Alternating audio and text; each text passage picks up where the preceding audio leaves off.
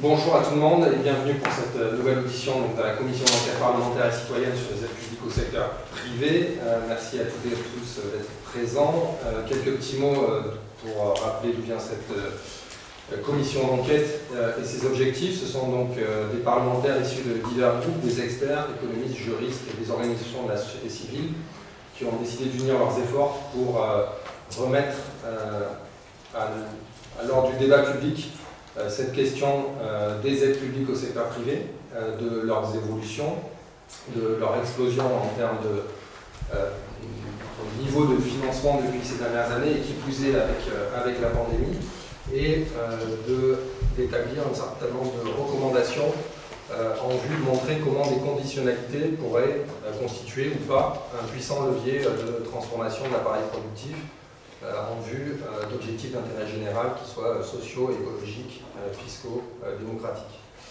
La commission est composée de parlementaires issus des différents groupes qui ont porté cette question d'exigence de conditionnalité lors des débats parlementaires sur les différentes lois de finances rectificatives ou pour celle de 2021. Et donc sont membres de cette commission Madame Christine Pires-Bonne, Madame Émilie Cariou, Madame Elsa Faucillon, Mathilde Panot et Madame Sophie Taglier-Collian. Donc le représentant de la société civile Arnaud Schwartz pour France Nature Environnement, Elise Van Beneden pour Anticorps, Vincent Brezé comme syndicaliste des impôts, Olivier Petitjean et moi-même, Maxime Combe comme pour l'Observatoire des multinationales, et un certain nombre de chercheurs et experts, Nadine Levrato, économiste, Thomas Coutreau, également économiste, Amélie Canon, juriste.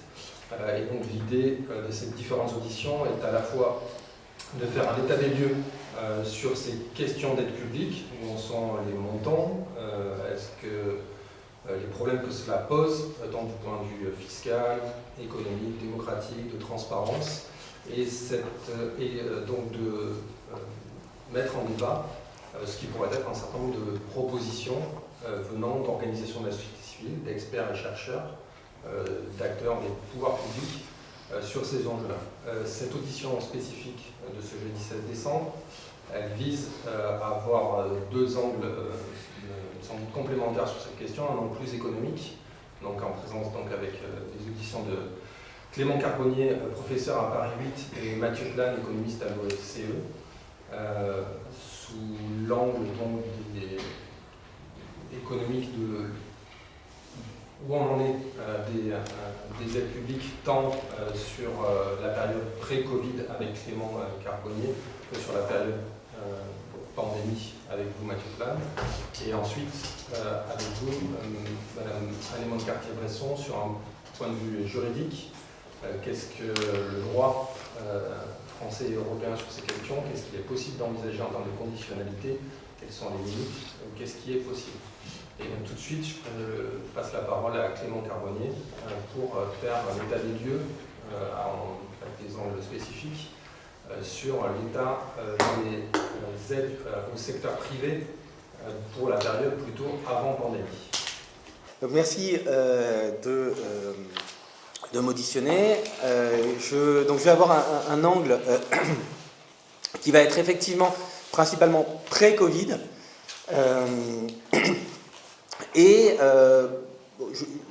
Personnellement, j'ai travaillé spécifiquement sur certaines aides, donc finalement un angle un peu plus micro, aide par aide.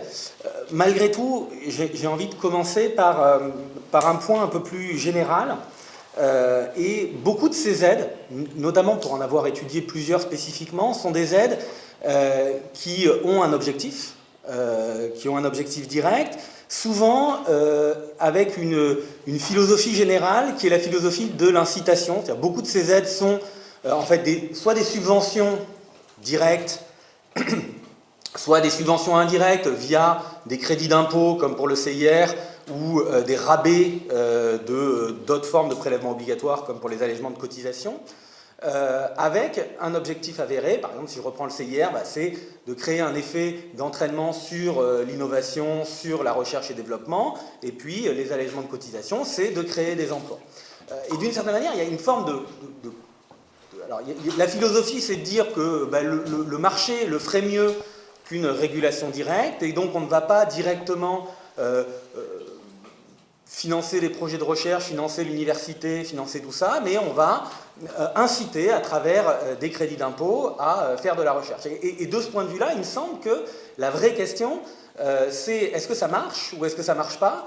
Si ça marche et qu'il y a un effet d'entraînement, c'est bien. Alors évidemment, il ne faut pas que les politiques soient trop en silo, et donc si ça développe des innovations qui sont très mauvaises pour l'environnement, effectivement, il faut une cohérence de l'action publique, mais ça, c'est par rapport à la cohérence de l'action publique, mais j'ai envie de dire que si par ailleurs ça ne marche pas, on ne va pas sauver l'aide en disant « Ah bah oui, bon, elle ne marche pas pour créer de la recherche, mais on va lui mettre une conditionnalité environnementale. » Et du coup, il me semble que vraiment la question essentielle, c'est de savoir est-ce que l'objectif principal, qui est finalement la condition, marche ou pas, et est-ce que cette stratégie de dire on va donner des incitations financières au marché et attendre que le marché réponde aux questions qu'on se pose, est-ce que ça fonctionne ou est-ce que ça ne fonctionne pas? Si ça fonctionne, c'est bien. Si ça ne fonctionne pas, j'ai envie de dire il faut plutôt changer d'outil que essayer de mettre des conditions à l'outil.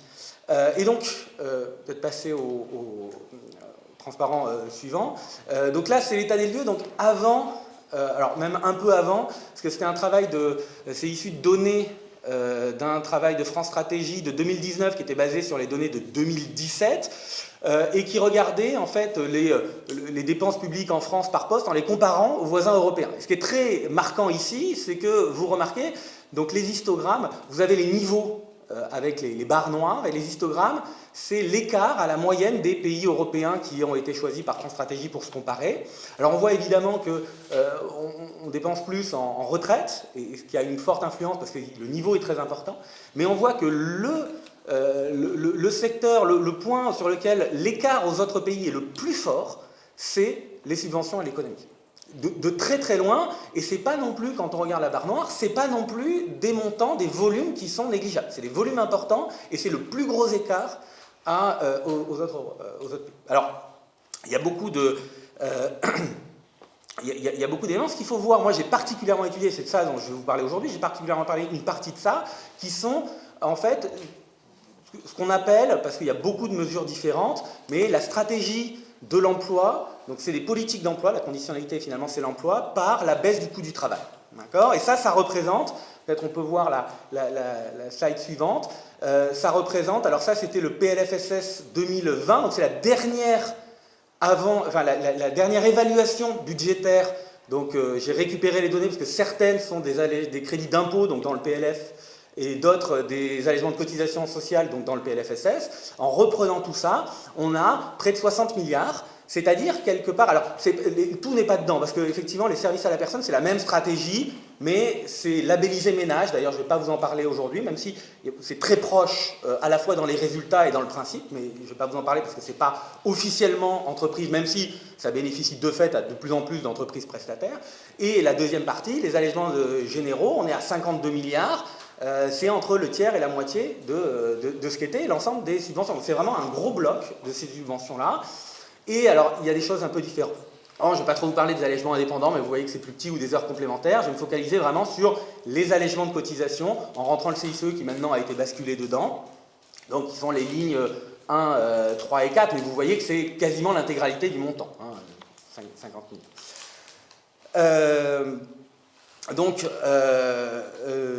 Donc voilà, donc c'est ce montant-là, ce montant très important, peut-être juste refaire un peu l'historique de cette politique, et donc là le transparent suivant va le présenter.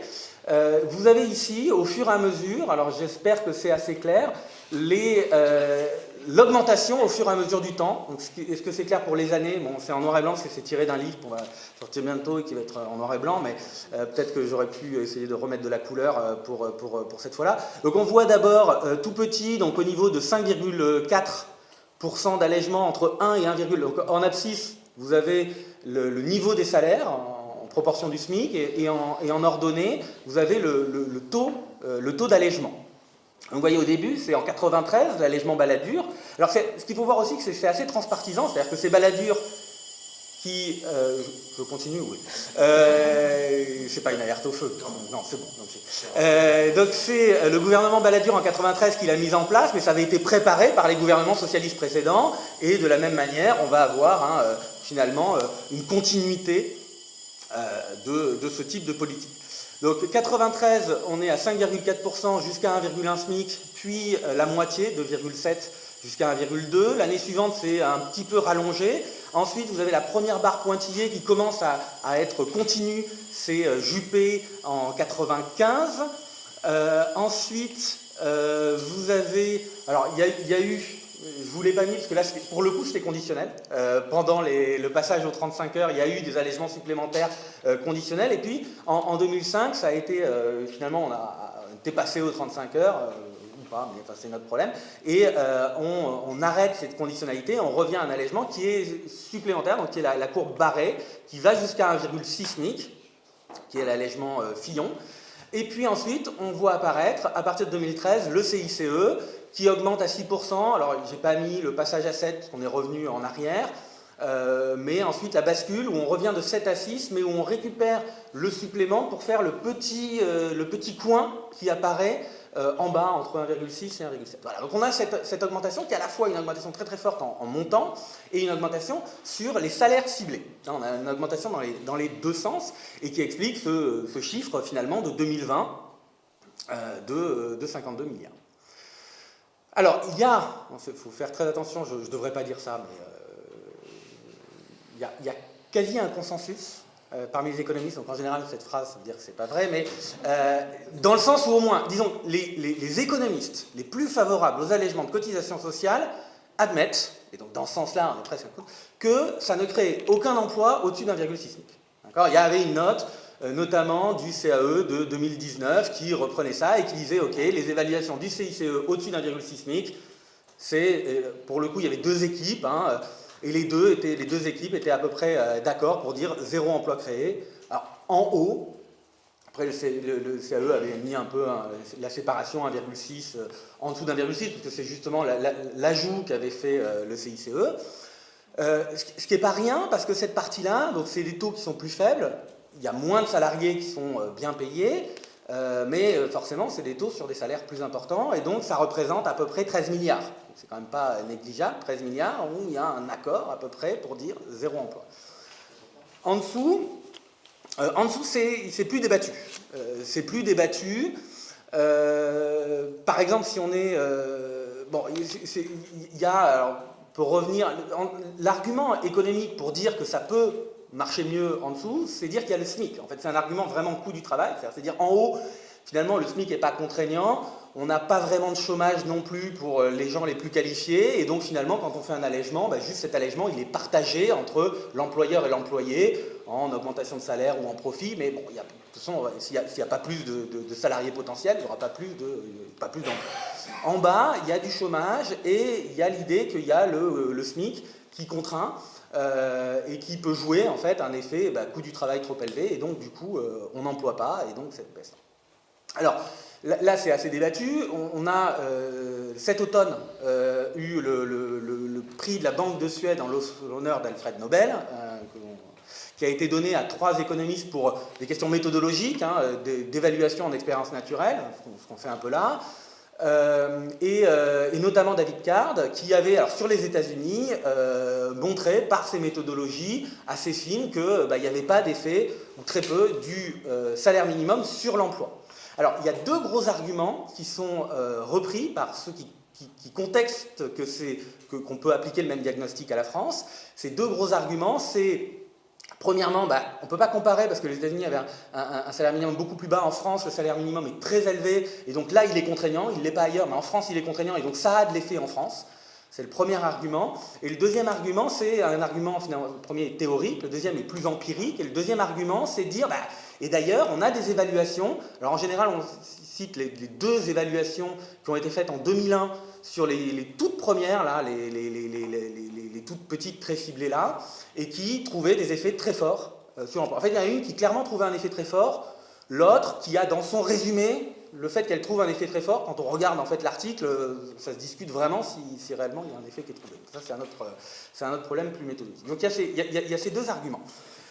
Le premier argument sur le fait que la France, ça joue beaucoup plus parce qu'on a un salaire minimum beaucoup plus élevé et que dès que le salaire est plus élevé, il y a un vrai effet emploi et en dessous ça y est pas. Je vous ai mis, alors c'est pas une preuve, mais je trouve quand même assez parlant. Peut-être sur le point suivant, c'est le cas du Canada, et c'est le Canada de ces dernières années. Donc là, on compare des provinces, Québec en bleu, Ontario en rouge et Alberta, et vous voyez des augmentations du salaire minimum. Donc en gros, on augmente tous les ans de 5% au Québec. Il y a eu deux augmentations très fortes en Alberta de 11 et 10%, donc c'est vraiment des grosses. Et il y a eu en Ontario, en particulier, en janvier 2018, une augmentation de 20,7% du salaire minimum. C'est très important, et surtout qui porte ce salaire minimum à 15 $ de l'heure. 15 $ de l'heure au taux de change du 1er janvier 2018, c'est environ 10 €, c'est-à-dire que c'est plus que le salaire minimum en France à cette époque-là, sachant que, à cette époque-là toujours, les cotisations employeurs en Ontario sont supérieures aux cotisations employeurs en France. Donc le coût du travail, à ce moment-là, est supérieur au niveau du salaire minimum, est supérieur en Ontario qu'en France, et il est porté à ce niveau supérieur à la France, d'un coup, avec 20,7%. Alors évidemment, ce n'est pas une étude économétrique précise, mais enfin, on a envie de dire, la France est censée avoir un niveau qui est hyper contraignant, on a une augmentation de 20,7% d'un coup qui passe au-dessus du point de la France, on devrait s'attendre quand même à quelque chose de visible. Et là, vous voyez bien que le taux de chômage, vous voyez aucun effet visible par rapport, enfin même tout court, et encore moins par rapport aux autres provinces. Donc sur cette question, c'est différent en France parce qu'on a un salaire minimum plus élevé, c'est très discutable. Le deuxième argument, c'est ces deux études. C'est ces deux études sur les premiers allègements. C'est des études qui sont bien faites pour l'époque. Enfin, c'est 2001, c'est il y a 20 ans. Les ordinateurs n'étaient pas les mêmes. Donc, du coup, on ne pouvait pas faire sur des bases de données exhaustives. C'était des petits échantillons qui potentiellement étaient choisis pour être ceux où on trouverait le plus d'effets. Et puis, les méthodologies ont aussi évolué. On progresse dans l'université. Et donc, on peut se poser un certain nombre de questions. Donc, il y a une doctorante de l'école d'économie de Paris qui a repris ce travail avec les méthodes nouvelles, avec les bases exhaustives, et qui trouve effectivement un effet sur l'emploi, mais moins colossal que ce qu'on trouvait à l'époque, et surtout qui le trouve pas généralisé, qui le trouve pour certaines entreprises en particulier, et notamment qui le trouve pour les entreprises qui étaient en difficulté financière. Et là, ça pose une autre question, est-ce que c'est vraiment l'effet qu'on attend, c'est-à-dire on baisse le coût du travail, on augmente la demande, ou en fait, simplement, on avait des entreprises qui étaient au bord de la rupture et qu'on a sauvées. D'accord ? Dans tous les cas, on a créé des emplois, mais ça, c'est pas le même mécanisme. C'est pas le même mécanisme, et on peut se poser la question en termes, par exemple, d'innovation, de productivité. Si l'effet, ça a été de sauver les entreprises les moins productives, quel est l'effet à long terme sur l'évolution de la productivité de l'appareil productif français ? Il y a ces questions qu'il faut se poser. Deuxième point, c'est qu'ensuite a été étudiée la réforme Fillon, donc qui étend un peu, mais enfin qui est encore à des niveaux relativement bas de cotisation sociale, et là, on trouve vraiment pas grand-chose, quand on trouve. Et enfin, sur le CICE, nous, on n'avait pas trouvé non plus en bas. L'autre équipe avait trouvé, mais enfin, son diagnostic, c'était que c'était très faible. D'accord ? Alors, à cette époque-là, avait été un peu surjouée la différence entre les deux, en disant « Ah, il y a des résultats différents », alors qu'en fait, nous, ce qu'on disait, d'un commun accord, c'est « En fait, on est assez d'accord, c'est-à-dire que c'est zéro ou très peu ». En tout cas, c'est très décevant. C'est-à-dire que eux, ce qu'ils trouvaient, quand on fait le rapport, si on ne compte pas ce qui est au-dessus d'1,6 SMIC, on ne compte pas le CICE au-dessus d'un SMIC, on compte qu'en dessous, en termes de coûts, et on regarde le nombre d'emplois créés qu'ils estiment, que nous, on ne trouve pas, et puis, du coup, comme on avait surjoué, d'ailleurs, ils avaient demandé de faire une réplication à l'INSEE qui avait dit qu'a priori, en fait, c'est très compliqué de pouvoir dire que réellement ces emplois étaient, mais en considérant qu'ils y sont, c'était 160 000 € par emploi créé. Donc une très faible efficacité. Donc ça, sur des choses plus récentes. Donc même en bas, c'est vraiment pas clair qu'on a un effet. Alors, ouais, j'ai encore un tout petit peu de temps. Est-ce que c'est étonnant ? Il y a des gens qui disent c'est étonnant, c'est contre-intuitif, etc. Parce qu'on a cette idée de marché du travail. Et le marché du travail, en fait, le salaire, c'est le prix. La demande, c'est la création d'emplois par les entreprises. Et donc, il y a l'idée, sur un marché, quand on baisse le prix, on augmente la demande. Donc il doit y avoir des créations d'emplois. Alors d'abord, il y a des marchés qui sont avec des demandes plus ou moins réactives. Et puis surtout, le marché du travail, c'est un marché assez particulier, avec notamment tout un problème de substituabilité ou de complémentarité des facteurs. Et là, on parle des facteurs du travail peu qualifié. Est-ce que le travail peu qualifié est substitut du travail très qualifié du capital? Et donc, quand on baisse son coût, ben, on va moins employer de travail plus qualifié, moins travailler de capital et plus de travail plus qualifié, ce qui est un peu le mécanisme anticipé. Donc, il y a, quelque part, l'idée, c'est ce qui se passe, c'est que quand on baisse le coût du travail est trop élevé, le coût du travail à bas salaire est trop élevé, du coup on n'emploie pas assez d'agents d'entretien et trop de médecins et on achète trop de scanners. Non, c'est pas comme ça que ça se passe. Et c'est pas non plus un effet de complémentarité, il n'est pas forcément symétrique. C'est pas parce que les agents d'entretien sont trop chers qu'on n'a pas d'ouverture de cabinet de radiologie parce que le médecin il se dit ah bah non là si j'ouvre mon cabinet ça va me coûter trop cher en ménage pour que mes clients n'attrapent pas de maladie nosocomiale. C'est pas ça qui se passe. La réalité, c'est qu'on n'investit pas assez dans les formations, qu'on n'investit pas assez dans l'innovation et que donc du coup on n'a pas l'ouverture de ces cabinets et que si on n'a pas l'ouverture de ces cabinets, par complémentarité, on n'a pas le besoin des agents d'entretien. Et donc c'est pas en baissant le prix des agents d'entretien qu'on va créer ces cabinets-là. Et donc c'est pas étonnant. C'est pas étonnant en soi. Et donc la question c'est finalement pendant 93, ça fait quoi? C'est 30 ans. On a baissé le coût du travail, on a baissé le coût du travail, on a baissé le coût du travail, ça n'a pas créé d'emploi. Et à côté de ça, on n'a pas formé. Toutes les enquêtes PISA montrent qu'on est en retard, toutes les enquêtes d'innovation montrent qu'on est en retard. On n'a pas investi dans l'innovation, et là c'est peut-être le slide suivante, où on voit les dépenses de R&D en France et dans les autres pays. Vous voyez en France, c'est la ligne noire à gauche qui est continue. On était pas mal dans les années 90, et puis les autres pays, alors surtout les pays scandinaves, mais aussi dans un deuxième temps, les pays d'Europe du Nord, ont décollé, et nous on est resté en bas avec l'Italie et le Royaume-Uni. Pendant ce temps, on a baissé le coût du travail, ça on a marché. Et le résultat, à la fin, sur le graphique de droite, c'est qu'effectivement, on a beaucoup moins de recherche et développement, à la fois privé et public. Regardez la part universitaire et publique, elle est très très inférieure aux autres pays. Donc on a beaucoup moins de recherche et développement, on a beaucoup moins d'innovation, et on baisse le coût du travail et on espère que ça va augmenter les choses. Et là, ça pose encore une autre question, parce qu'on revient sur le sujet des aides, ça pose la question du CIR, parce que notre stratégie à ce moment-là, c'était le CIR. C'était de dire, toujours la même chose, on va donner une incitation au marché, et paf, ça va innover, ça va faire de la recherche et développement. Ben non, ça n'a pas fait de recherche et développement. On est en sous-recherche publique, et on est en sous-recherche privée.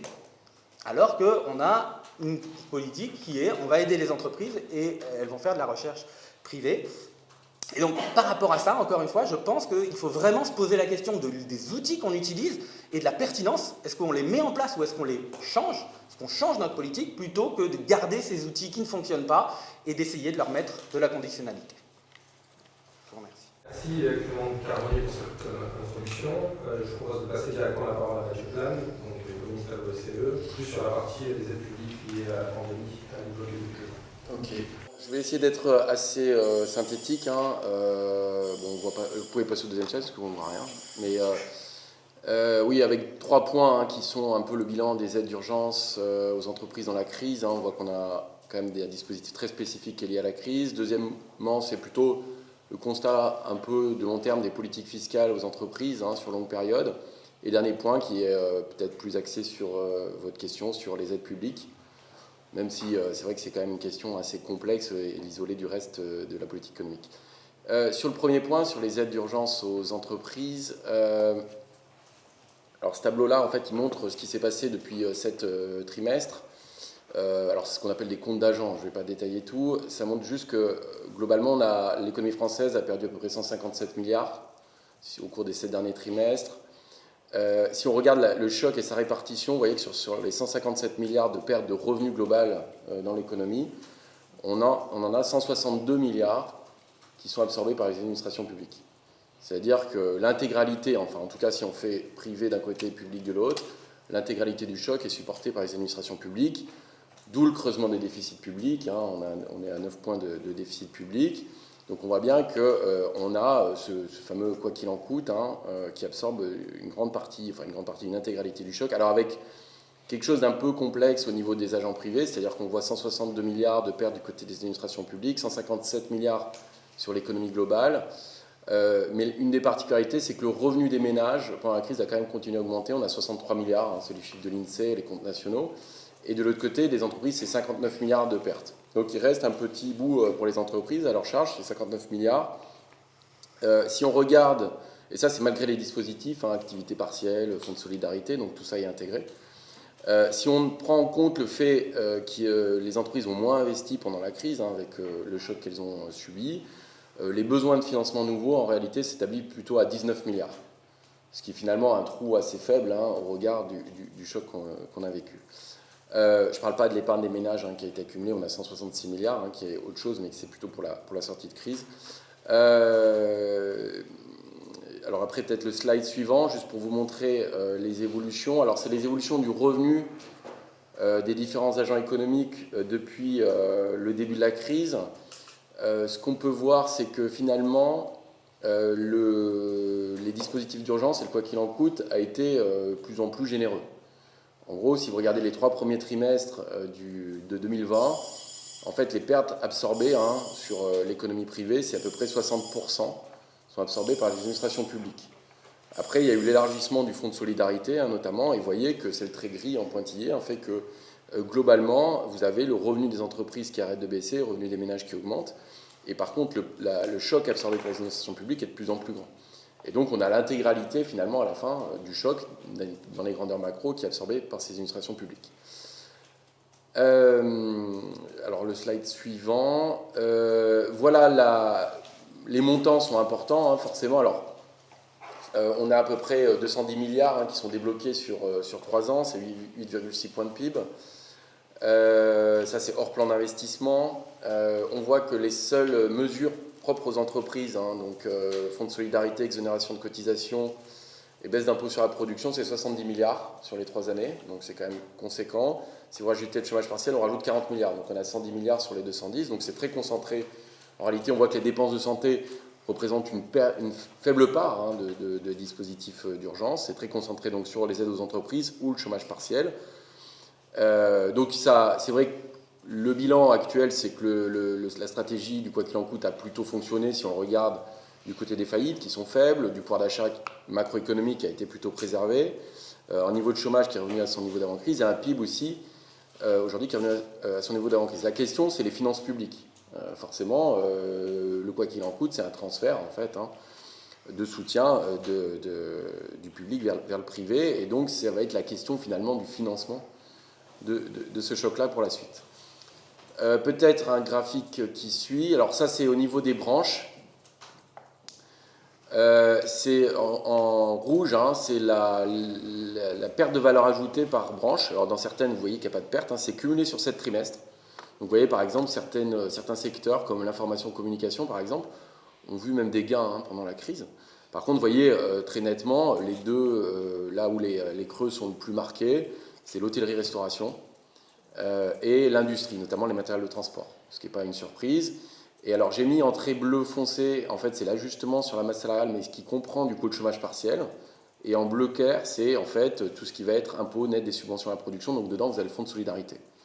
Donc en fait, en gros, quand la barre bleu foncé, bleu clair recoupe à peu près la courbe en rouge par branche, ça veut dire que le BE a été préservé, c'est-à-dire que la situation financière a été préservée, que le choc a été absorbé.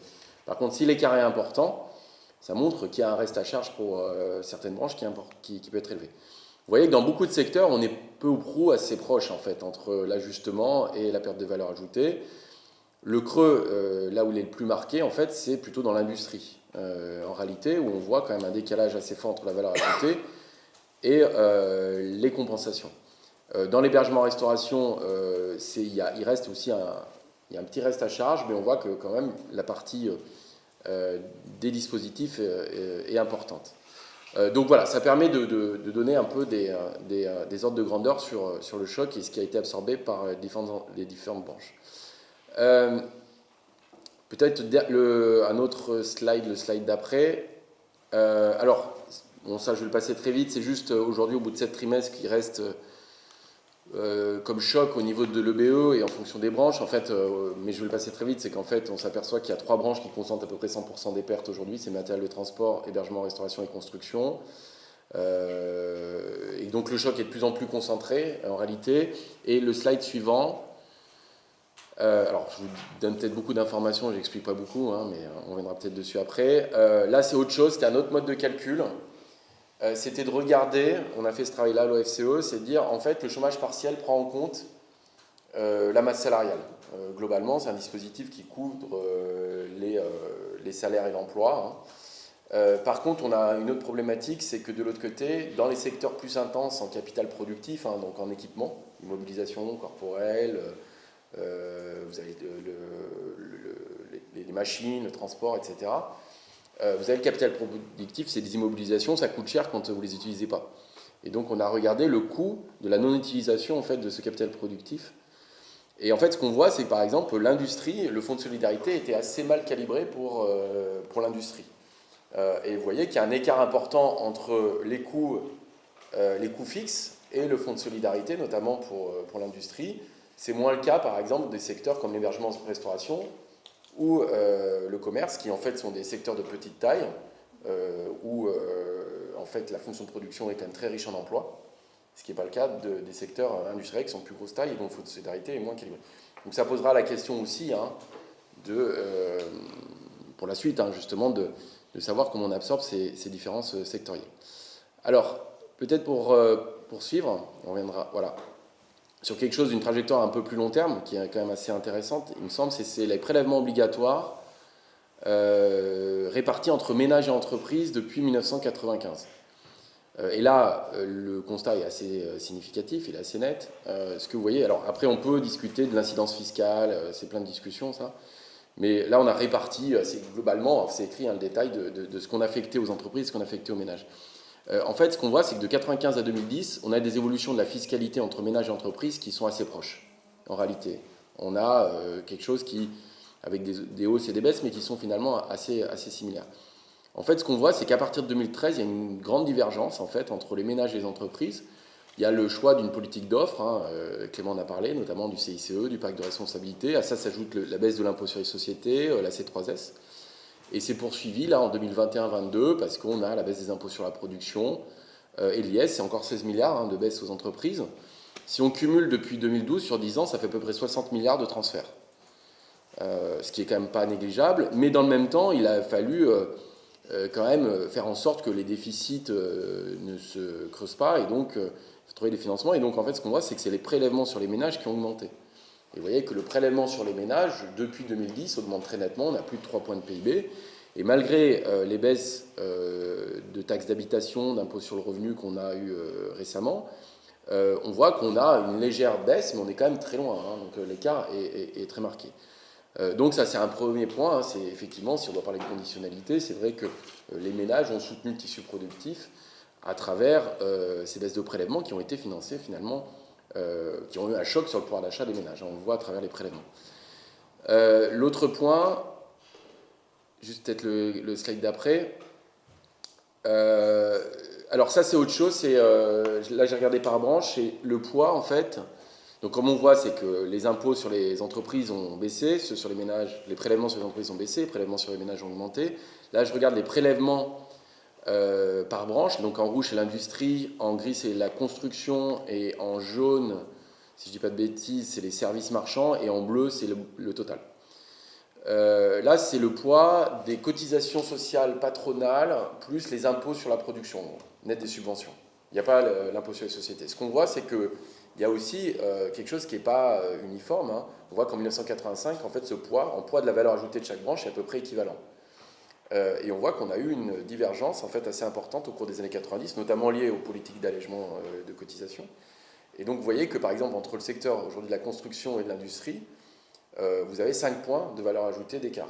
C'est-à-dire que ce n'est pas juste une question de conditionnement, c'est qu'il y a eu des assiettes fiscales en fait, dont les effets ne sont pas les mêmes selon le secteur où vous vous trouvez, entre l'industrie, le BTP ou les services. Donc ça a eu des effets forcément, éventuellement potentiellement sur la compétitivité en tout cas de l'industrie. Alors peut-être dernier point, je vais essayer de faire vite pour la fin. Si vous avez le slide d'après. Voilà. Sur les aides aux entreprises, bon, c'est pas vraiment ma spécialité, mais enfin les aides spécifiques ou les aides micro, mais j'ai regardé un peu quand même. Donc c'est vrai qu'on a, bon, ça vous le savez par cœur, c'est qu'on a un empilement d'aides important, foisonnement de dispositifs, général ou spécifique. Donc c'est vrai qu'on a une multitude d'aides. C'est difficile de savoir de quoi on parle quand on parle d'aide, parce que vous avez à la fois des prêts, des garanties, des prises de participation, des subventions, des exonérations ou des allègements sociaux, des garanties financières. Donc ça fait beaucoup de choses. Vous en avez certaines qui sont durables ou temporaires. On le voit dans le cas de la crise ou dans des mesures qui sont plus structurelles. Donc on ne peut pas les traiter de la même façon, ce qui commence déjà est très compliqué. L'autre point, c'est que bon, selon le site Aide Entreprise, on a à peu près 2000 aides existantes, donc ce qui montre aussi déjà la complexité des dispositifs ou même leur connaissance. Hein. Mais au-delà de ça, c'est vrai que ça pose la question du traitement des baisses de prélèvements obligatoires, qui ne sont pas forcément des aides. Et on le voit que c'est le principal levier aujourd'hui des pouvoirs publics pour agir au niveau macroéconomique. Quand vous baissez l'impôt sur les sociétés, quand vous faites des baisses d'impôt sur la production, on ne peut pas qualifier ça comme une aide. Alors il y a la question des allègements de cotisations, qui peut être recoupé comme une aide, mais vous avez comme dans le spectre de la politique économique beaucoup de choses qui ne sont pas directement qualifiées comme aide aux entreprises. Donc ça c'est le premier point. Alors le slide suivant. Alors c'est peut-être j'enfonce peut-être des portes ouvertes, mais je vais quand même les enfoncer. Il y a bien sûr important, c'est distinguer les mesures d'urgence et les mesures pérennes. En tout cas si on doit mettre des conditionnalités. Je dirais qu'en cas de crise, l'urgence et le manque de visibilité rendrait difficile la conditionnalité, parce que si vous mettez une conditionnalité, vous risquez de créer vite une usine à gaz, et si l'idée c'est de sauver le tissu productif ou l'emploi, vous risquez de passer à côté de l'objectif. Donc ça c'est un premier point. Dans le cas des mesures pérennes, il y a peut-être, ça semble beaucoup plus approprié, mais il y a plusieurs difficultés. Le problème c'est à quel niveau vous le faites. Est-ce qu'on fait des conditionnalités au niveau global, au niveau des branches, au niveau de l'entreprise? Bon, mais ça, voilà, c'est des sujets que vous connaissez, mais qui sont quand même importants. La question de la taille de l'entreprise, elle est très importante parce que forcément, votre capacité d'adaptation, elle n'est pas la même si vous êtes un grand groupe ou si vous êtes une PME, selon l'engagement que vous demandez. Deux autres points qui me semblent importants, qui sont l'ex-ante ou le ex-post. C'est-à-dire que le ex-ante, finalement, est assez compréhensible dans une conditionnalité, parce que vous créez un dispositif pour une embauche spécifique ou pour un investissement spécifique ou une localisation. Donc, au moins, ça crée une orientation assez directe. Le problème, c'est que ça peut être un effet d'aubaine assez fort, quoi. C'était déjà des mesures qui auraient pu avoir lieu, et donc, en fait, l'entreprise va bénéficier de l'aide alors même qu'elle aurait pu mettre en place cette mesure-là. Ex-post semble peut-être mieux, mais le problème, c'est la difficulté du contrôle a posteriori et du suivi. C'est-à-dire qu'en économie, la difficulté, c'est toujours de connaître le contrefactuel. C'est de savoir qu'est-ce qui serait passé s'il n'y avait pas eu cette aide. Et comment on attribue en fait l'engagement de l'entreprise. Imaginons qu'il y a une crise au milieu, elle s'était engagée sur l'emploi. Bien sûr, si elle se met à détruire des emplois, c'est pas forcément qu'elle n'a pas respecté son engagement, c'est qu'il y a eu une crise, quoi. Donc ça, c'est la difficulté. Et après, j'allais dire, finalement, la conditionnalité, elle est plus facilement vérifiable s'il y a des cas spécifiques. C'est-à-dire, si on dit, c'est des choses qu'on peut vérifier facilement, qui sont par exemple le salaire des dirigeants, les actions gratuites, dividendes, des engagements sur les licenciements ou les délocalisations. C'est des engagements sur l'emploi ou l'investissement ou les salaires, c'est beaucoup plus compliqué. Dernier point, je crois que c'est ma conclusion, mais je ne vois plus ce qu'il y a écrit parce que je sais pas, les couleurs ont changé. Et puis je pense que j'ai plus de temps, donc c'est bien que ça tombe maintenant. Ouais, c'est ça. Donc du coup, pour moi, et je pense que pour pas mal de monde, c'est qu'il faut poursuivre des objectifs clairs. Hein. Ce qui est compliqué, c'est que dans les aides, il faut poursuivre les objectifs clairs. C'est qu'il y a une règle qui s'appelle les règles de Tinbergen, qui est le nombre d'instruments doit être égal au nombre d'objectifs visés. Sans quoi la politique risquera d'échouer. Le cas typique, c'est le CICE. Alors, j'arrive plus à lire ce qu'il y avait, mais voilà à quoi pouvait être utilisé le CICE. Déjà, dans le nom du truc, de la mesure, ce qui n'est pas un truc, parce que c'est un gros truc, du CICE, vous avez compétitivité emploi. Et les objectifs ne sont pas forcément les mêmes. Avoir des objectifs de compétitivité, ça peut passer par de l'investissement capital productif, de la productivité, et pas forcément par de l'emploi. Donc vous avez déjà deux objectifs qui ne sont pas forcément conciliables. Donc, et on a vu, il devait y avoir un observatoire des contreparties qui n'a jamais existé, et je crois que la difficulté, c'est de savoir quelles contreparties auraient pu être demandées, de façon assez claire, et dans lesquelles, en fait, il y aurait pu avoir des sanctions aussi. Alors, si les conditions sont exigées, elles doivent être facilement vérifiables. Comme je vous disais, Moi, il me semble, hein, mais peut-être je me trompe, c'est qu'il me semble difficile de prendre des engagements pérennes sur l'emploi, l'investissement ou les salaires. C'est-à-dire que vous avez le problème de l'aléa conjoncturel ou sectoriel, donc il faut le traiter. On le voit, hein, on a des économies qui sont de plus en plus cycliques, avec des chocs qui sont très, très, très forts. Donc les déterminants des aléas, enfin des variations de l'emploi ou de l'investissement, c'est des déterminants multifactoriels et qu'il est difficile de déterminer les effets propres à la mesure. Plus les effets différenciés dans le temps, c'est-à-dire que vous pouvez avoir une montée en charge des effets, donc savoir comment ces engagements peuvent être respectés et est-ce qu'ils sont réalistes en réalité. Donc à la fin, je vais dire des choses assez banales, hein, c'est que finalement l'assiette fiscale reste quand même quelque chose d'important dans l'objectif, c'est-à-dire la mesure fiscale. Donc est-ce que c'est un objectif d'emploi, est-ce que c'est un objectif de masse salariale, de valeur ajoutée, de bénéfices réalisés en France? Donc tout ça, en fait, l'assiette fiscale va être quand même un déterminant important de l'efficacité de certaines mesures fiscales, mais ça va se heurter à d'autres problématiques qui sont des problématiques sectorielles. C'est-à-dire que vous savez que pour des questions de distorsion de concurrence, vous ne pouvez pas faire des aides spécifiques, sinon ça devient des aides d'État à partir d'un certain montant. Donc par exemple, si vous voulez soutenir plus un secteur qu'un autre, en dehors des cas de crise, vous êtes obligé de passer par des aides spécifiques. Et si vous voulez des aides importantes, vous êtes obligé d'avoir des dispositifs généraux, et donc comme dans le cas du CICE, même si vous voulez avoir une mesure de compétitivité, ça va profiter en grande partie aux branches qui ont les poids de valeur ajoutée ou la masse salariale la plus importante, y compris le secteur financier, etc. Dernier point peut-être à soulever qui est, je crois qu'il y a une question sur la gouvernance aussi des entreprises. Est-ce que finalement il ne faut pas associer plus les salariés à la décision plutôt que d'avoir des observatoires, des suivis ou des conditionnalités? Est-ce que finalement dans la gestion interne des entreprises, l'utilisation des ressources qui peuvent être attribuées, est-ce que ce n'est pas le meilleur moyen et pas uniquement donc, sur certains objectifs, et donc la question de la cogestion qui peut se poser sur la stratégie globale de l'entreprise. Voilà. Donc je vais évoquer les aspects juridiques de la conditionnalité des aides aux entreprises. Alors juridiquement, il n'y a pas d'aide sans condition. On lit dans la presse que c'est des aides sans condition, mais juridiquement, il y a toujours des conditions. Simplement, ces conditions, elles sont d'une intensité très, très variable. Parfois, ça va être juste de réaliser un investissement qui représente un intérêt, parce que là, en termes de politique, ça va être un secteur qu'on a choisi d'appuyer. Et donc, voilà. Et donc, on va avoir un investissement, ou alors ça peut être aussi des aides horizontales, par exemple des aides à la recherche et au développement. Donc les conditions, ça va être des coûts éligibles qu'il faut respecter, et puis des montants. Voilà. Parfois, on peut avoir des conditions qui vont être plus contraignantes, et là on peut vraiment parler de contrepartie, c'est-à-dire l'entreprise, non seulement elle doit réaliser l'investissement, mais elle doit prendre des engagements, par exemple. Alors en termes d'emploi, ça arrive parfois sur plutôt des aides locales, ou alors elle va prendre des investissements, elle va être obligée de maintenir l'investissement pendant une certaine durée, donc de ne pas délocaliser. Donc il peut y avoir des contreparties. Il y a parfois des contreparties qui peuvent être assez douloureuses pour l'entreprise. Quand c'est des aides au sauvetage et à la restructuration, il y a des contreparties dans le plan de restructuration. Voilà, donc ça peut être des contreparties contraignantes. Ça peut être aussi des conditions très light, et notamment quand on a des aides qui sont plutôt compensatoires, qui sont destinées à compenser, par exemple, un événement extraordinaire ou la crise actuelle. Donc on a des fondements où là, il s'agit de compenser des pertes liées à un événement particulier, et il faut montrer finalement qu'on a des pertes qui ont été occasionnées par cet événement et qu'il n'y a pas de surcompensation, mais voilà, il n'y a pas d'obligation plus que ça pour l'entreprise.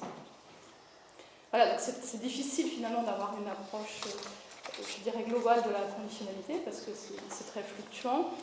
Mais ce qu'on peut observer, c'est vrai, par rapport à l'objet de votre réflexion, c'est qu'il y a assez peu de conditionnalité extrinsèque, pour reprendre l'expression qui avait été utilisée dans le rapport de la mission du Parlement, mission d'information.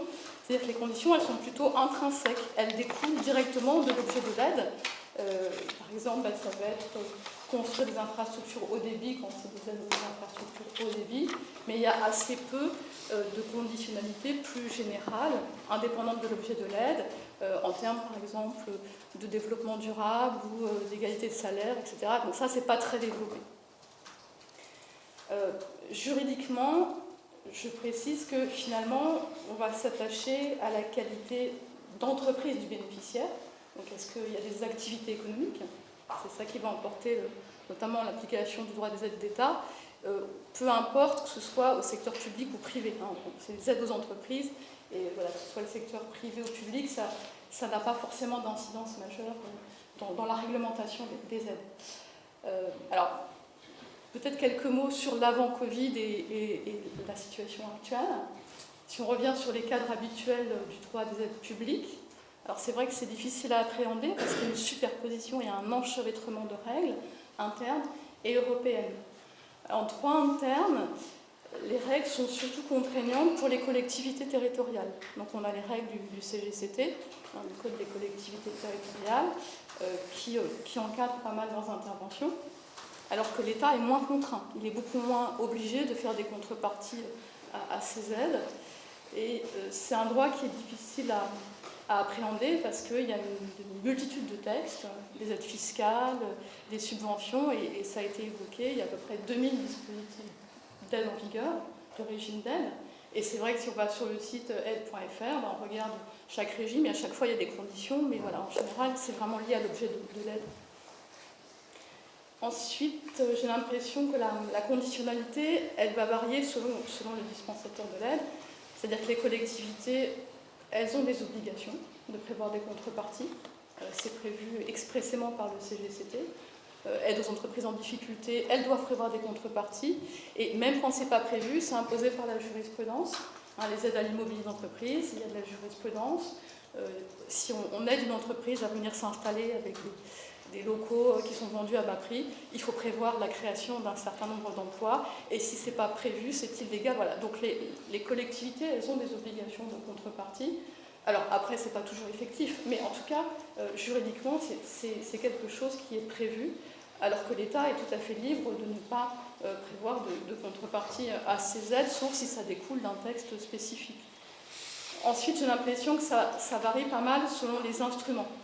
Quand c'est des aides à fonds perdus, c'est-à-dire des subventions, des aides fiscales, on prévoit des conditionnalités, alors que quand c'est des aides sous forme d'instruments financiers, donc les prêts, les garanties, les recapitalisations, instruments qui se développent beaucoup, alors que les aides à fonds perdus sont moins importants, là, on va avoir moins de contreparties, en général, j'ai l'impression. Et après, donc, si on ne respecte pas les conditions pour l'octroi de l'aide, la sanction juridique, c'est la récupération. Juridiquement, les personnes publiques sont en droit de récupérer, même si ce n'est pas spécifié par le contrat ou par le règlement. Il y a des règles générales de droit interne qui le prévoient. Et toujours sur le droit interne, il n'y a pas d'approche transversale de la conditionnalité, ce qui montre qu'on n'envisage pas trop les aides publiques comme un levier global de politique, visant à transformer globalement le comportement des entreprises. Et là, il y a quand même un contraste qui est assez frappant avec le droit de la commande publique, où de plus en plus, il y a des objectifs de RSE qui ont été intégrés par la jurisprudence, puis par le législateur, dans les critères de sélection des entreprises qui vont remporter les marchés publics et de l'exécution des marchés. Donc voilà, c'est deux leviers d'action différents. Et en aide publique, pour l'instant, on n'a pas choisi d'avoir, parce que c'est une question de choix, on n'a pas choisi d'avoir cette approche transversale. Alors ensuite, en droit européen, j'ai l'impression que l'idée de conditionnalité, elle est quand même plus développée. Donc le droit européen, ça va être surtout le droit des aides d'État, quand on est dans les critères de l'aide d'État, et puis le droit des fonds européens. Alors les aides d'État, c'est vrai qu'on va essayer d'y échapper le plus possible, et si on fait des instruments non sélectifs, et donc forcément avec pas des conditionnalités très précises, ça va permettre de dire que ce n'est pas une aide d'État. Mais si c'est une aide d'État, alors on va avoir des règles assez rigoureuses qui s'appliquent. C'est du droit de la concurrence, donc il y a une logique concurrentielle, mais pas seulement. C'est vrai qu'il y a aussi des finalités d'intérêt général de plus en plus présentes dans le droit des aides d'État. D'abord, les dérogations à l'interdiction des aides qui sont prévues par le traité, c'est pour des finalités d'intérêt général. Et ensuite, c'est surtout conçu aujourd'hui, je pense, le droit des aides d'État comme un levier qui va servir pour la Commission européenne, alors certes à contrôler la concurrence, mais à orienter les politiques d'investissement des États. Donc elle adopte toute une série de textes, notamment le règlement d'exemption. On va favoriser les aides qui vont dans le sens des priorités de l'Union européenne. Donc les aides au numérique, au développement durable, voilà. Donc ça sert à orienter les investissements publics. Je pense que c'est surtout à ça que ça sert aujourd'hui, le droit des aides d'État. Et donc on a des conditions qui servent à vérifier qu'il y a une efficacité des aides pour finalement réaliser ces investissements dans les secteurs qui sont intéressants pour l'Union européenne. Alors il y a des conditions concurrentielles bien sûr, mais voilà, c'est surtout d'agir dans certains domaines qui sont prioritaires. Et si on ne respecte pas les conditions, là c'est beaucoup plus sévère qu'en droit interne, il y a de la récupération, et puis voilà, il peut y avoir des contentieux pour forcer à récupérer, donc là vraiment c'est une sanction qui est réelle quand on ne respecte pas les conditions. Et ensuite, dans le droit européen, il y a tout ce qui est, et là c'est très difficile à appréhender parce que c'est des règlements très foisonnants, il y a tout ce qui est réglementation des fonds européens, des programmes européens, donc les fonds structurels notamment, où on va s'assurer que les instruments, enfin les financements servent bien à mettre en œuvre les politiques de l'Union européenne, politique régionale, politique agricole commune, etc. Donc là, il y a plein de conditions qui sont prévues pour ces objectifs de politique. Et c'est vrai que les conditionnalités se sont développées dans la réglementation des fonds parce que la gestion de ces fonds est de plus en plus décentralisée, c'est-à-dire elle repose sur les États, et donc la Commission a tout intérêt à s'assurer que les États utilisent les fonds conformément. Et donc ça fait des réglementations qui sont assez complexes. Et du coup, ça pose un problème d'accès pour les acteurs, notamment les entreprises. Et là, récemment, la révision de toute cette programmation, l'un des objectifs, c'était de simplifier l'accès aux fonds pour que les entreprises puissent y accéder, parce que voilà, s'il y a des conditions trop lourdes, ça devient inaccessible. Et donc, si on regarde finalement le droit européen, on voit qu'il y a quand même une approche plus globale de la conditionnalité. Il y a des conditions qui sont communes, et c'est surtout des conditions qui sont axées sur l'efficacité des aides. Par exemple, les aides, elles doivent avoir un caractère incitatif. Donc ça, c'est marqué dans les textes. Le caractère incitatif, alors en économie, c'est très compliqué à vérifier, mais de façon assez sommaire dans la réglementation des aides, en tout cas pour les petites entreprises, on vérifie qu'au moins le projet n'avait pas commencé avant qu'on demande l'aide. Après, pour les plus grandes entreprises, c'est plus compliqué à démontrer le caractère incitatif. Il faut que l'entreprise soit viable, sauf pour les aides au sauvetage. Voilà. Et on a quand même une progression de certaines conditionnalités environnementales, notamment dans les aides à la PAC ou à la pêche. Voilà. Donc, on peut avoir aussi ces conditionnalités qui progressent. Mais là encore, on n'a pas vraiment une approche transversale de finalité d'intérêt général à travers la réglementation des aides européennes. Alors, quel est l'impact de la crise ? C'est assez évident. L'impact immédiat, c'est qu'il y a un affaiblissement des conditionnalités. C'est une nécessité à certains égards, c'est qu'il faut maintenir à flot des entreprises qui ont des difficultés de trésorerie. Et quand on regarde les dispositifs d'aide qui ont été mis en place, ça repose, en tout cas les aides d'État, ça repose sur des fondements très dérogatoires, qui sont des aides compensatoires. Donc on va compenser les pertes qui sont occasionnées par la crise sanitaire, avec peu de conditionnalités. Et donc il y a essentiellement deux fondements qui ont été utilisés.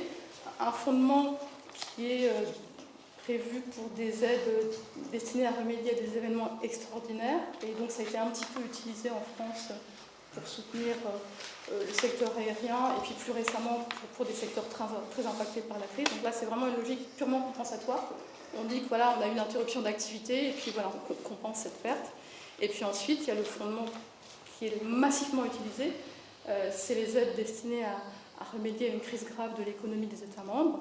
Et sur ce fondement très dérogatoire, qui avait déjà été utilisé en 2008 pour la crise financière, donc il y a un encadrement qui a été adopté en mars 2020 par la Commission, remanié maintes fois, élargi maintes fois, qui prévoit des aides pour compenser notamment les difficultés de trésorerie. Et là, il n'y a pas vraiment de conditionnalité, si ce n'est qu'il faut montrer qu'on n'était pas en difficulté au 31 décembre 2019 et qu'on a eu des pertes à cause de la crise sanitaire. Et donc ça a été beaucoup utilisé par la France, avec évidemment des risques d'effet d'aubaine. Ça a permis de maintenir à flot les entreprises, mais il y a eu des effets d'aubaine.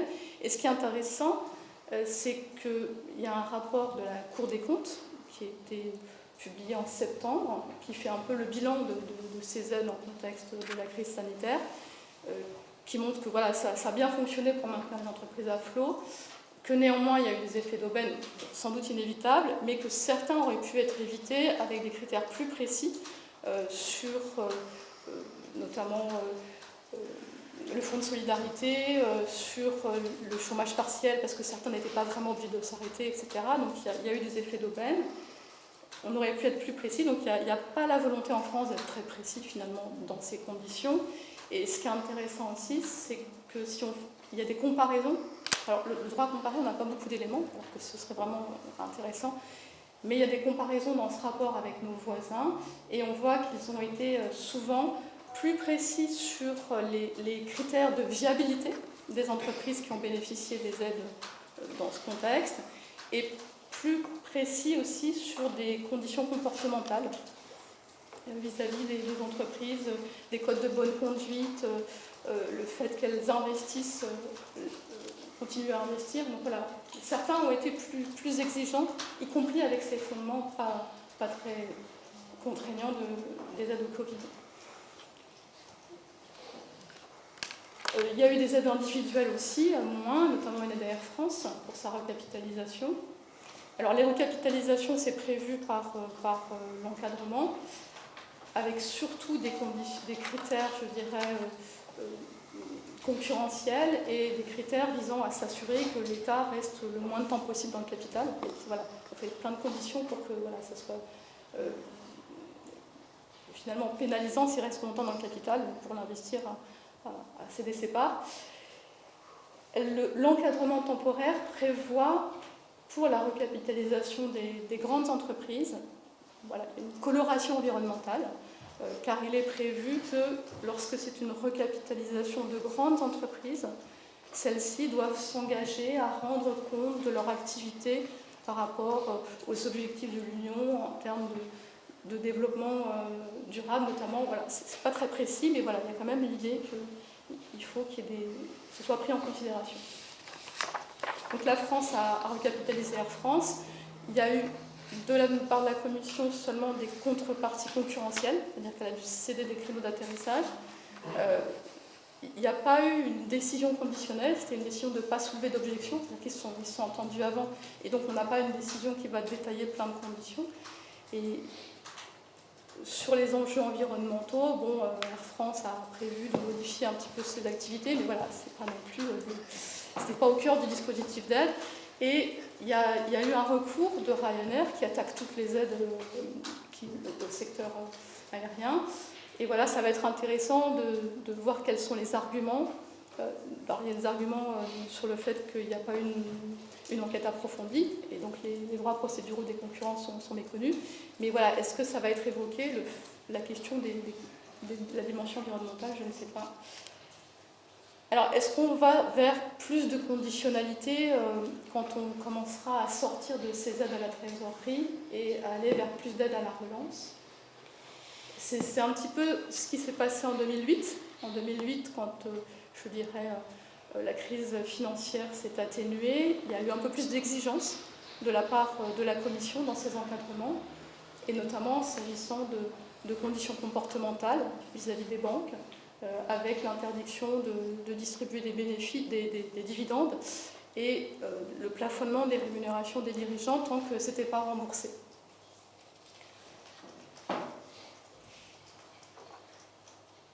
Alors là, dans ce qui est prévu pour la relance, parce que c'est plutôt là qu'on peut envisager des conditionnalités un peu plus contraignantes,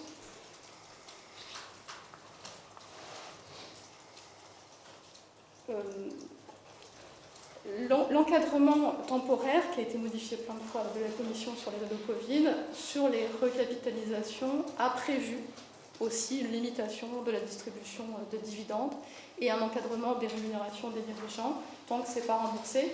C'était prévu au départ, puis après ça a été assoupli parce qu'on s'est rendu compte que ce n'était pas assez intéressant pour les investisseurs privés et donc il y a des dérogations pour les investisseurs privés. S'ils viennent de façon suffisamment importante, ils ne seront pas touchés par cette interdiction de distribuer des dividendes. Voilà, donc il y a eu ça qui a été prévu.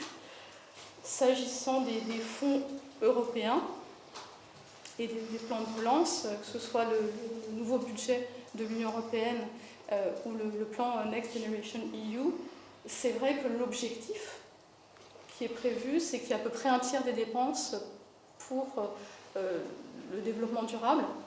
Et les États qui vont recevoir une partie de ces fonds, notamment la France reçoit des fonds dans le cadre du plan de relance, elle va bien être obligée d'avoir des dépenses pour le développement durable. Alors c'est sûr qu'on peut faire des aides à la rénovation des bâtiments, des aides aux ferroviaires, etc.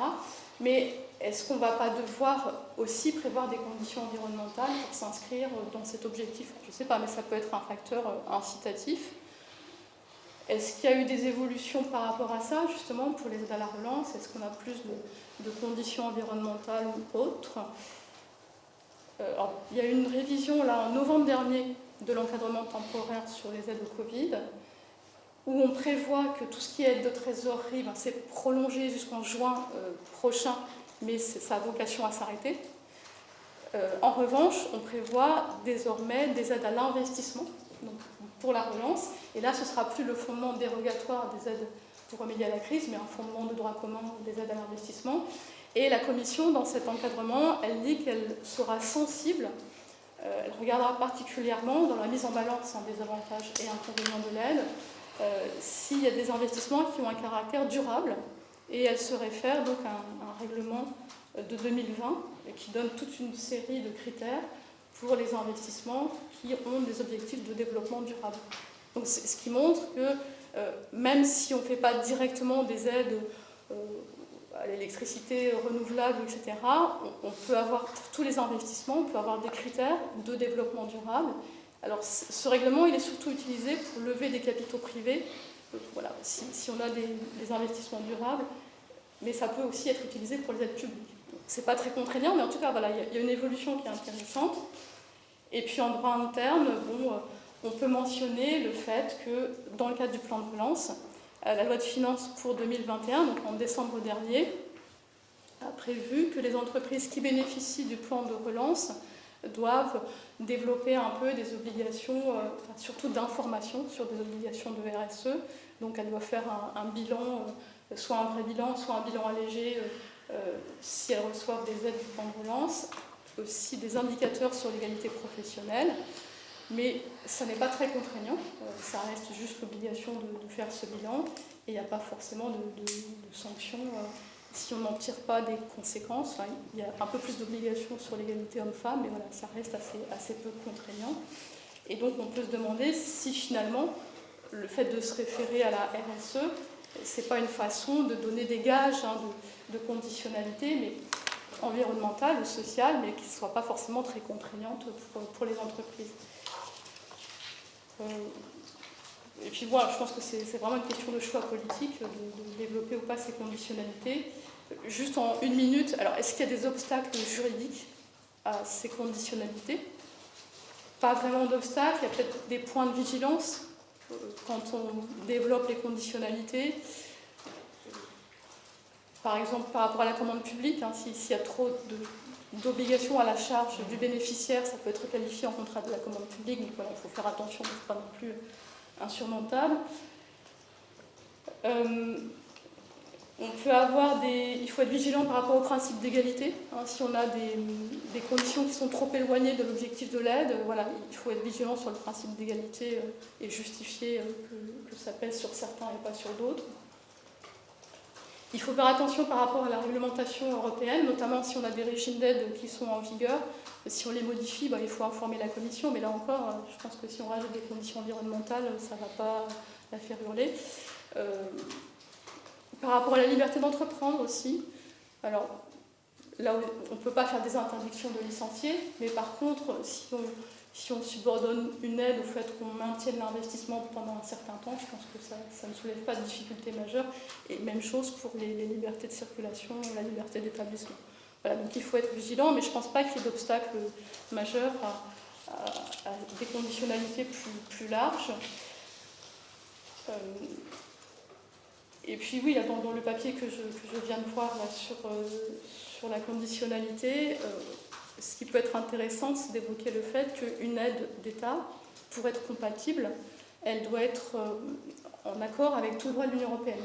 Donc on peut avoir une aide qui est validée par la Commission, et si on se rend compte que finalement elle méconnaît certains textes environnementaux, ça peut être une façon de contester la compatibilité et l'accord qui est donné par la Commission.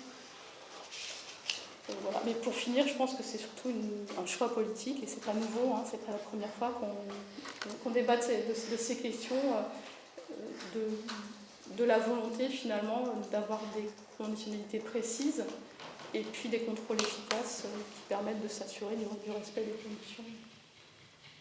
des conditions qui sont posées par les textes. Voilà ce qu'on peut dire globalement sur les aspects juridiques. Merci à vous pour cette intervention qui complète les deux premières. Je passe un moment de questions et d'échanges. Sophie, comme je vois que tu es sur le point de partir, tu peux quand même poser tes questions et tu vas partir. Pardon.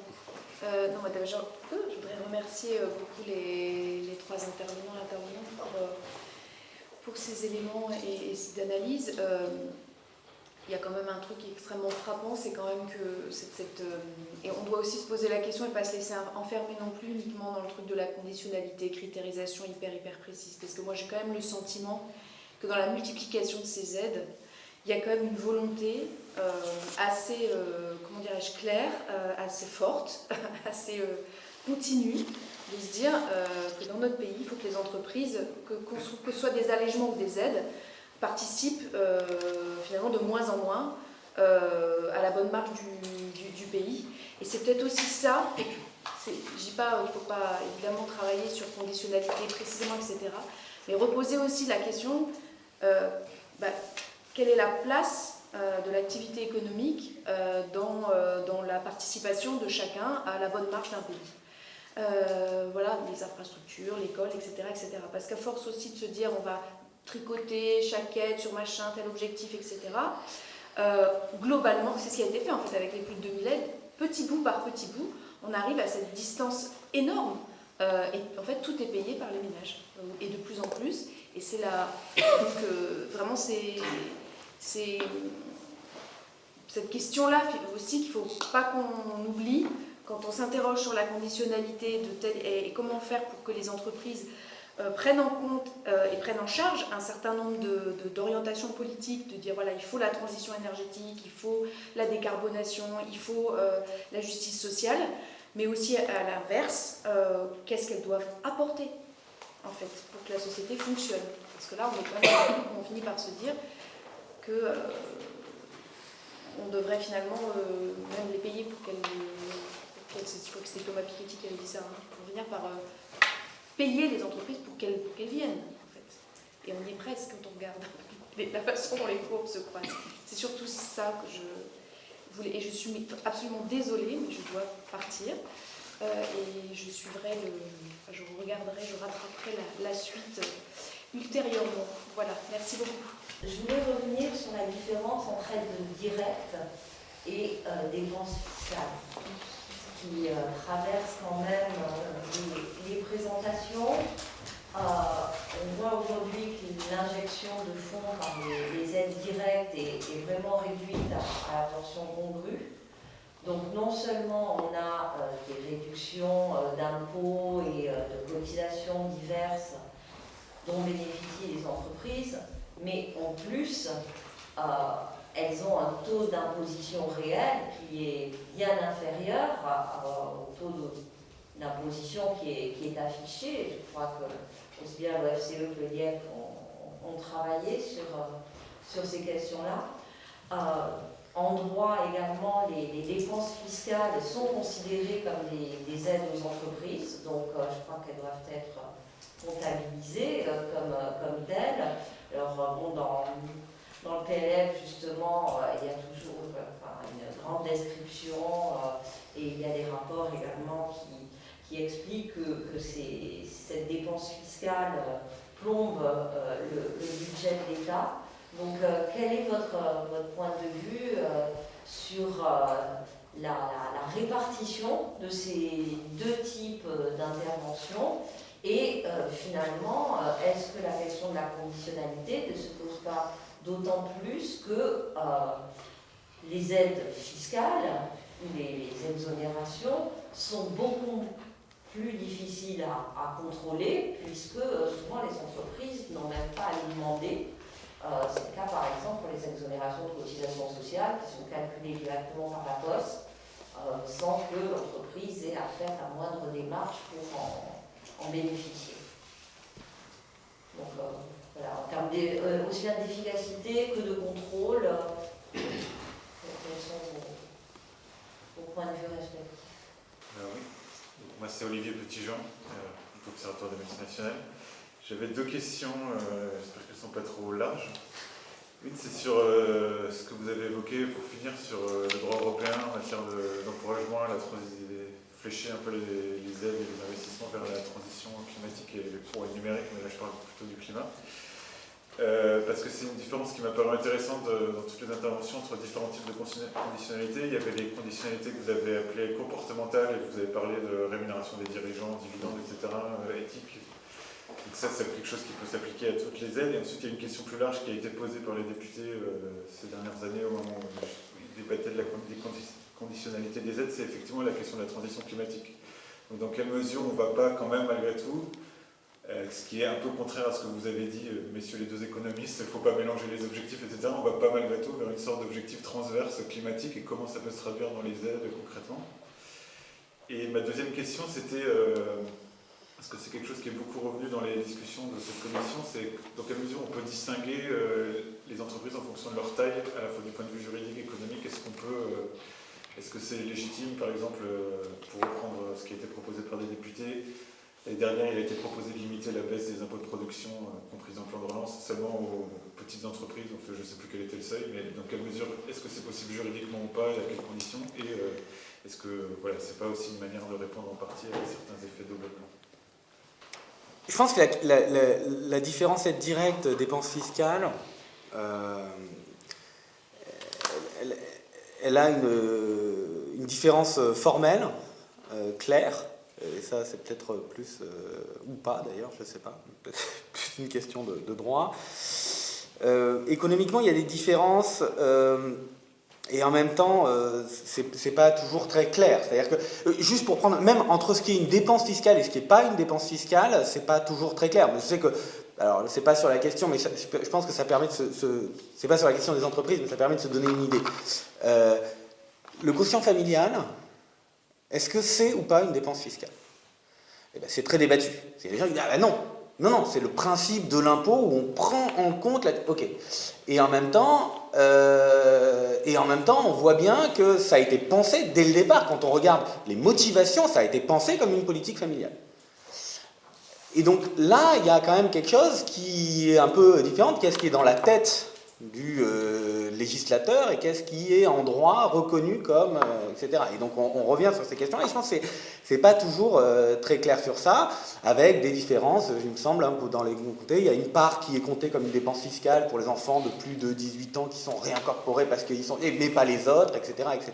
Donc ça c'est un point, et effectivement, nous, l'optique qu'on avait dans notre axe de recherche donc sur les politiques socio-fiscales au LIEP, ça a été de dire on ne cherche pas à étudier d'un point de vue formel ce qui est labellisé dépenses fiscales, mais c'est vraiment l'idée d'avoir une politique économique à travers l'outil fiscal. Et dans ce cas-là, si on revient aux entreprises, effectivement, on peut se poser aussi les questions du, par exemple, le taux réduit d'IS pour les petites entreprises. Est-ce que c'est juste un barème ou est-ce que c'est une dépense fiscale qui vise à aider des entreprises plus petites? Alors, peut-être ça permet de faire la transition vers la question des tailles. Là où c'est compliqué, et je ne sais pas jusqu'où on rajoute de la complexité, et quand on rajoute de la complexité, des fois ensuite on se bat juste sur cette complexité et plus sur le but initial.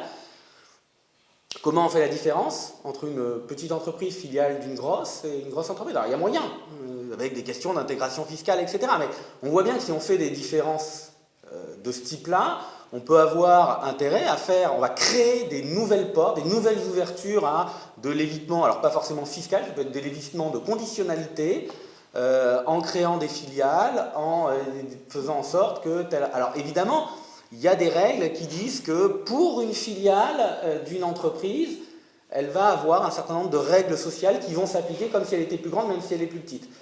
Oui, mais il y a des seuils.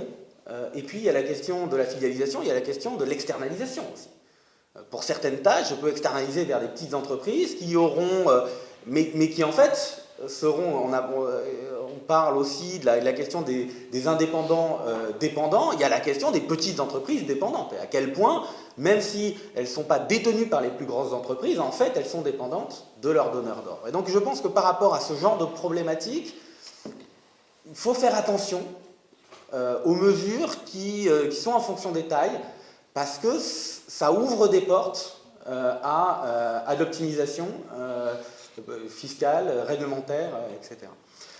Et pour revenir sur l'efficacité, peut-être, parce que j'ai juste parlé de la difficulté, aide directe, dépenses fiscales, je ne suis pas sûr que ce soit... Alors, il y a vraiment les... Je ne suis pas sûr que, intrinsèquement, la labellisation change l'efficacité. Il y a eu un exemple, alors je reviens à nouveau sur les ménages, mais ça donne une idée, où on a créé la PPE, c'était un crédit d'impôt, et puis en fait, alors, à travers un mécanisme intermédiaire qui a été le RSA chapeau, petit à petit on l'a transformé en la prime d'activité, qui est une subvention directe. Est-ce que ce changement-là change l'efficacité du dispositif? Il y a des choses qui changent l'efficacité du dispositif potentiellement, ce sera à vérifier. C'est le fait que c'est immédiat ou c'est plus tard, le fait que c'est automatique, c'est pas automatique. Mais d'une certaine manière, de plus en plus, on peut avoir des outils fiscaux automatiques immédiats et on peut très bien avoir des subventions directes qui sont pas automatiques, pas immédiates. Et je pense que ces critères-là jouent plus sur l'efficacité, ou même simplement après, il y a des choses qui ne marchent pas, parce que les incitations, ça ne marche pas toujours, et c'est pas juste un problème de visibilité. Et je pense pas que le critère aide directe, dépenses fiscales, soit le critère prépondérant qui explique l'efficacité ou l'inefficacité des mesures. Je pense que, enfin en tout cas, alors là peut-être c'est mon manque de vision sur la question parce que je suis un peu incompétent, mais j'ai l'impression que c'est plus un problème de labellisation et de présentation, de marketing d'une certaine manière, plutôt que réellement un effet sur l'efficacité. Je rajouterai juste un ou deux points. Ça sera mieux comme ça. J'ai pris la parole parce que je garde le tour de table. Non, en fait, voilà, je suis assez d'accord. C'est vrai que c'est assez subtil, mais en même temps, d'un point de vue économique, c'est pas évident de savoir comment on qualifie les choses entre l'aide directe et la dépense fiscale. Ce qui est une niche fiscale ou pas. J'ai l'impression que la dépense fiscale, justement, elle vise plutôt à cibler un peu plus. Parfois, enfin, par exemple, à des baisses de prélèvements généralisées. C'est comme ça qu'on se retrouve avec les exonérations de cotisations qui sont très particulières, ou le crédit d'impôt recherche. Ces derniers temps, on a fait quand même des dépenses fiscales majeures, mais en fait, le CICE, à la fin, on le transforme en une baisse d'allègement, une baisse de cotisation. Alors, c'est plus un crédit d'impôt, mais ça reste une baisse de cotisation. L'assiette est à peu près la même, parce que c'est quand même la masse salariale. Donc, au fond, je ne suis pas sûr que ça joue tant que ça. Sur l'efficacité et le contrôle, moi, j'ai tendance à dire... En fait, ça dépend des objectifs qu'on poursuit. Si on veut bénéficier d'une aide, par exemple, si on dit on veut un allègement de cotisation, il faut embaucher les personnes entre 1 et 1,6 SMIC. Donc il y a une forme de condition déjà dans la mesure. Le problème, c'est est-ce que c'est efficace de mettre des mesures d'allègement de cotisation aussi importantes entre 1 et 1,6 SMIC? C'est ça la question. Demander une contrepartie, je trouve que la contrepartie, elle est déjà, parce que pour l'avoir, il faut embaucher là-dessus. Donc il y a une forme de conditionnalité implicite. Je pense qu'il faut repenser le dispositif et son efficacité dans l'ensemble, pas juste de savoir si on doit mettre une contrepartie déjà. Voilà. Donc c'est pour ça que je parle de l'assiette fiscale. Et c'est pas vrai, et c'est vrai que ça pose d'autres questions hein, sur les dépenses fiscales. Donc on a le crédit d'impôt recherche, qui est censé notamment rendre plus attractif la recherche en France. La question c'est, est-ce que c'est une bonne mesure? On s'en fiche quelque part que ce soit une dépense fiscale. Est-ce que c'est efficace, quoi? C'est ça la vraie question. Sur la transition écologique, on a une grosse dépense fiscale qui est sur le kérosène, hein, qui n'est pas taxé par exemple pour les avions. Ça pose quand même une question. Sur l'efficacité écologique, voilà. Je pense que il faut repenser, c'est pas le fait que ce soit une dépense fiscale qui est un problème, c'est de savoir quelle est l'utilité de cette dépense fiscale et quel est l'objectif qu'on poursuit, quoi. Pour moi, c'est un point important. Et donc sur la question climatique, moi je l'envisage, bien sûr, si on peut mettre des contreparties un peu robustes sur les engagements climatiques de certaines grosses boîtes, moi je suis totalement favorable. Mais je pense qu'on ne peut pas... Forcément, c'est dans une politique d'ensemble, d'investissement dans la transition écologique, dans la taxation du carbone, que les choses vont avancer, quoi.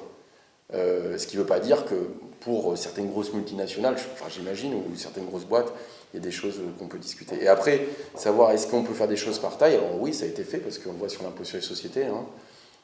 Ça existe. Il y a un impôt sur les sociétés qui est différent selon la taille des entreprises et l'assiette et les bénéfices. Hein. Il me semble, et donc d'ailleurs il y a une unification progressive à 25%. Oui, la question se pose, est-ce que c'est efficace ou pas aussi hein, de segmenter les choses? Est-ce que du coup on risque pas d'avoir des comportements d'optimisation? C'est vrai qu'on est souvent tenté de dire on a envie d'aider les petites entreprises versus les grosses. Alors c'est vrai que forcément, il y a des rapports qui ont montré hein, que les grosses ont la possibilité d'optimiser quand les petites ne peuvent pas le faire. Et donc, le poids des prélèvements n'est pas le même quand vous êtes une petite boîte que quand vous êtes une grosse boîte. Donc, c'est vrai que c'est des questions qui se posent. J'ai pas une réponse définitive, en tout cas. Bon, sur la distinction fiscale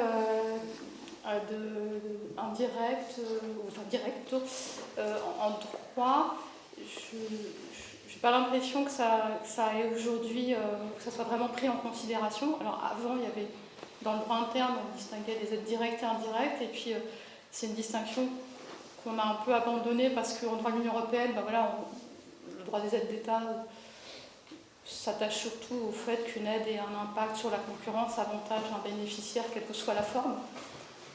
Voilà, donc c'est vrai que là-dessus, il y a peut-être plus de difficultés d'efficacité des contrôles, en effet, ça c'est certain, pour ces aides. Et on le voit d'ailleurs quand il s'agit de récupérer, c'est assez révélateur, quand la Commission européenne demande à un pays de récupérer un régime d'aide qui a bénéficié à plein d'entreprises, ben parfois les États ne savent pas auprès de qui récupérer. Et donc ça fait des contentieux assez rocambolesques. Voilà, ils ne savent pas qui a bénéficié, dans quelle mesure. Donc, ce qui est révélateur du fait que ce n'est pas forcément bien contrôlé. Sur la différence à prendre en compte selon la taille de l'entreprise, alors oui, bien sûr, en droit, c'est très important. La notion de PME, notamment, est très importante en droit des aides d'État, à tel point que, justement, il y a des textes qui précisent comment savoir si c'est une PME, parce que il y a des critères d'effectifs, de chiffre d'affaires, mais si la PME fait partie d'un groupe, alors elle n'a pas vocation à bénéficier parce qu'elle peut aider par le groupe. Et quand on est une PME, on bénéficie de dispositifs beaucoup plus favorables au regard des aides publiques. Il y a plein d'aides exemptées pour les PME, il y a des conditions moins rigoureuses dans les conditionnalités, et ça me semble assez logique qu'il y ait cette différence de traitement juridiquement. On ne peut pas demander les mêmes choses aux PME et aux grandes entreprises. Après, sur je dirais la diffusion des objectifs climatiques, ce qui est certain, c'est qu'il y a de plus en plus d'aides qui sont vraiment pour des dépenses en faveur du développement durable, non seulement dans les aides à l'environnement, mais aussi dans la réglementation des fonds européens, les aides à finalité régionale, les aides à la PAC, les aides à la pêche. Donc c'est vrai que ça se diffuse dans la réglementation des fonds européens, cette éco-conditionnalité. Il y a beaucoup plus d'aides pour les énergies renouvelables. Voilà, donc ça fait pas mal de dispositifs. Après, la question que je me pose, c'est est-ce que on va avoir justement ces conditions transversales, quelle que soit l'aide, d'avoir des dépenses durables. On a des critères qui peuvent être assez intéressants, le règlement de 2020, qui montre qu'il y a certains investissements qui sont plus dans le sens d'objectifs de développement durable, et c'est pas seulement produire de l'électricité verte. Donc ça, c'est une évolution intéressante, mais pour l'instant, elle me semble peu contraignante. Parce que c'est l'impression que j'ai pour le moment.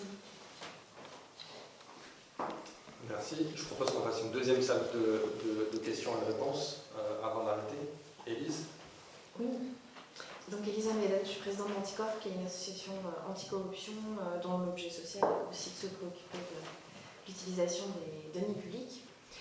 Vous avez parlé tout à l'heure d'un risque de requalification des aides en marché public, en fait, c'est ça? Oui, enfin, c'est souvent...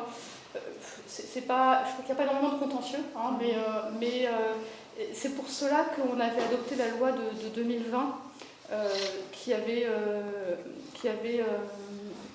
défini la notion de subvention pour les associations, parce que disons que si on demande à une entreprise de faire une prestation pour le compte de l'administration, ça va être un marché public, enfin un contrat de la commande publique, ou faire une publicité mise en concurrence, alors que les aides, pour le moment, leur octroi n'est pas soumis à une publicité mise en concurrence. Donc il y a un petit risque, si on fait un contrat avec beaucoup de conditionnalités, que ça soit requalifié. Donc c'est pas non plus... alors, ça montre en tout cas qu'il n'y a pas beaucoup de mise en concurrence pour octroyer des aides, et qu'il pourrait y avoir plus de publicité de mise en concurrence pour savoir qui a le droit à l'aide. Oui, je parlais des risques, mais je n'étais pas forcément sûre que c'était mauvais, mais effectivement, il y a eu... Ah bah c'est pas bon, si on a une aide et que c'est requalifié en marché public, bah, le contrat il va être annulé parce que on n'a pas respecté des règles de la commande publique. Mais c'est pas une contrainte majeure. Je voulais dire que si les systèmes d'aide aux entreprises pouvaient passer par le système de la commande publique, on serait sur finalement une mise en concurrence et des contreparties claires, sauf que les contreparties en termes de marché public, ce sont des prestations de services ou des commandes, alors que là on est sur des critères qui sont difficilement requalifiables. Il y a du contentieux, hein. Il y a du contentieux vraiment, parce que et c'est pour ça qu'il y a une loi une circulaire puis une loi qui est venue dire attention, il y a quand même des différences, parce que quand il y avait des appels à projets, parfois c'était requalifié en délégation de service public. Voilà, il y a un petit point de vigilance, mais c'est pas vraiment un obstacle à l'éviction de conditionnalité pour les aides. Et une autre question pour tout le monde, est-ce que vous avez déjà vu dans les conditions partout la condition pour le coup de respect par l'entreprise des règles de mise en concurrence? Alors... Ah oui, bon. Pas de souci. Ouais, vas-y. Oui, bonjour.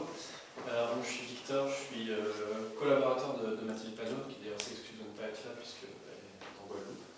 On va avoir l'impression d'avoir une restitution ensemble, évidemment.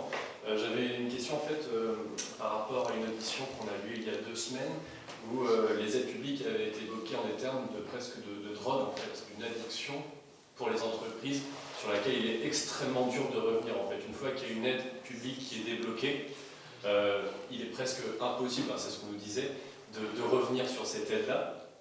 Et moi, ma question, c'était peut-être un peu, c'est plus de la prospective, mais comment est-ce qu'on pourrait envisager, puisque les diverses auditions nous ont montré que les aides, tout au mieux, étaient inefficaces et extrêmement coûteuses, et qu'en fait, un financement direct par la puissance publique serait autrement plus efficace, notamment si on pense au CIR.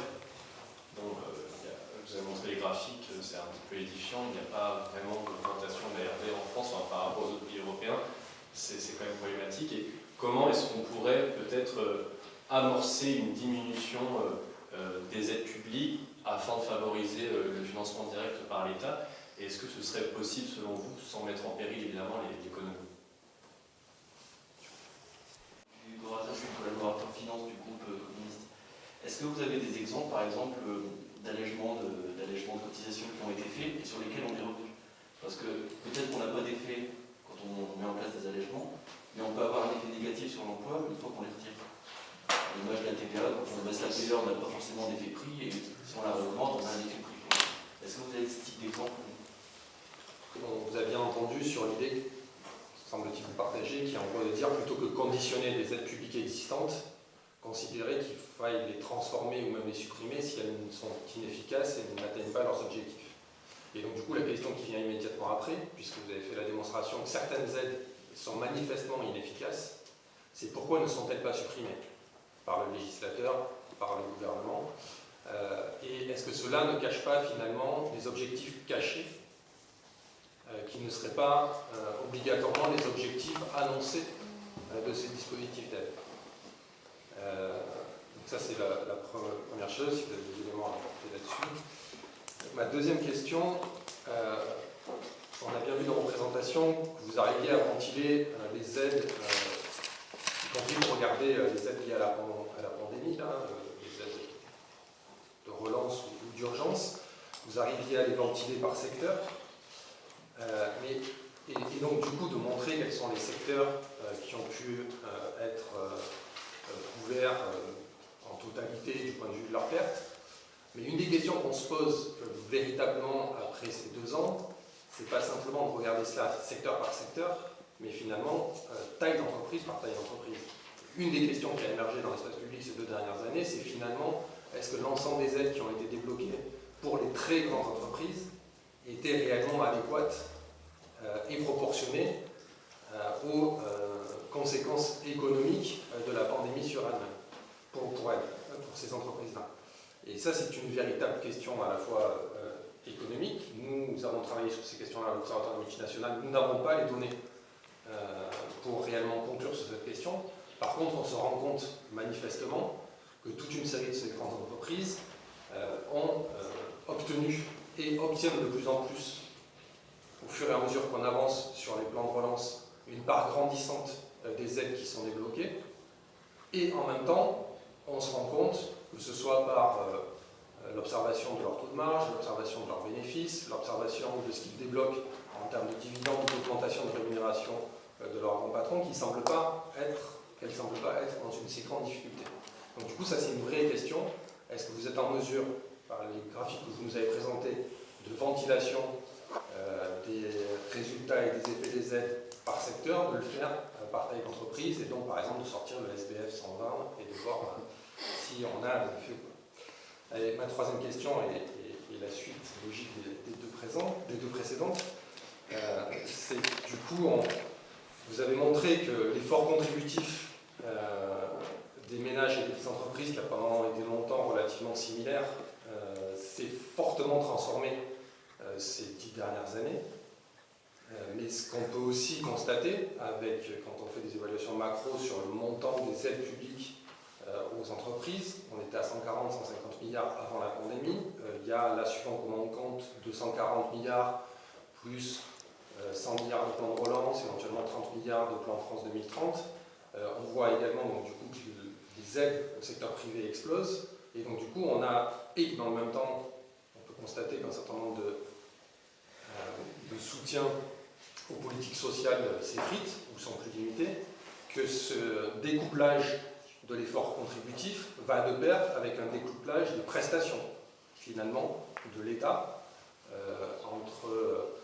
entre des prestations qui grandissent, qu'elles soient de soutien, de solidarité, de soutien d'investissement pour les entreprises, et qui s'affaiblissent ou se tassent tout du moins pour des politiques sociales. Et nous, c'est une vraie question que nous avons, c'est est-ce qu'on n'a pas là les prémices aussi d'une transformation finalement de notre État-providence. Alors ça ne peut pas nécessairement répondre sur notre hypothèse, mais nous, c'est une des questions qu'on se pose, si finalement est-ce qu'on n'est pas en train de passer d'une forme d'État-providence qui venait en soutien aux risques auxquels sont confrontés les citoyens, les travailleurs, les personnes qui vivent et habitent dans le pays, à finalement une sorte de corporate welfare, un état-providence pour le secteur public.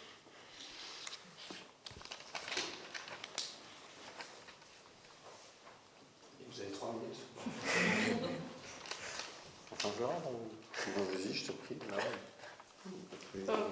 Moi, à la limite, j'ai juste une question pour répondre juridiquement, les autres sont plus économiques, donc j'irai vite sur la petite question juridique, qui est sur la question de la mise en concurrence pour que les entreprises puissent postuler à des aides.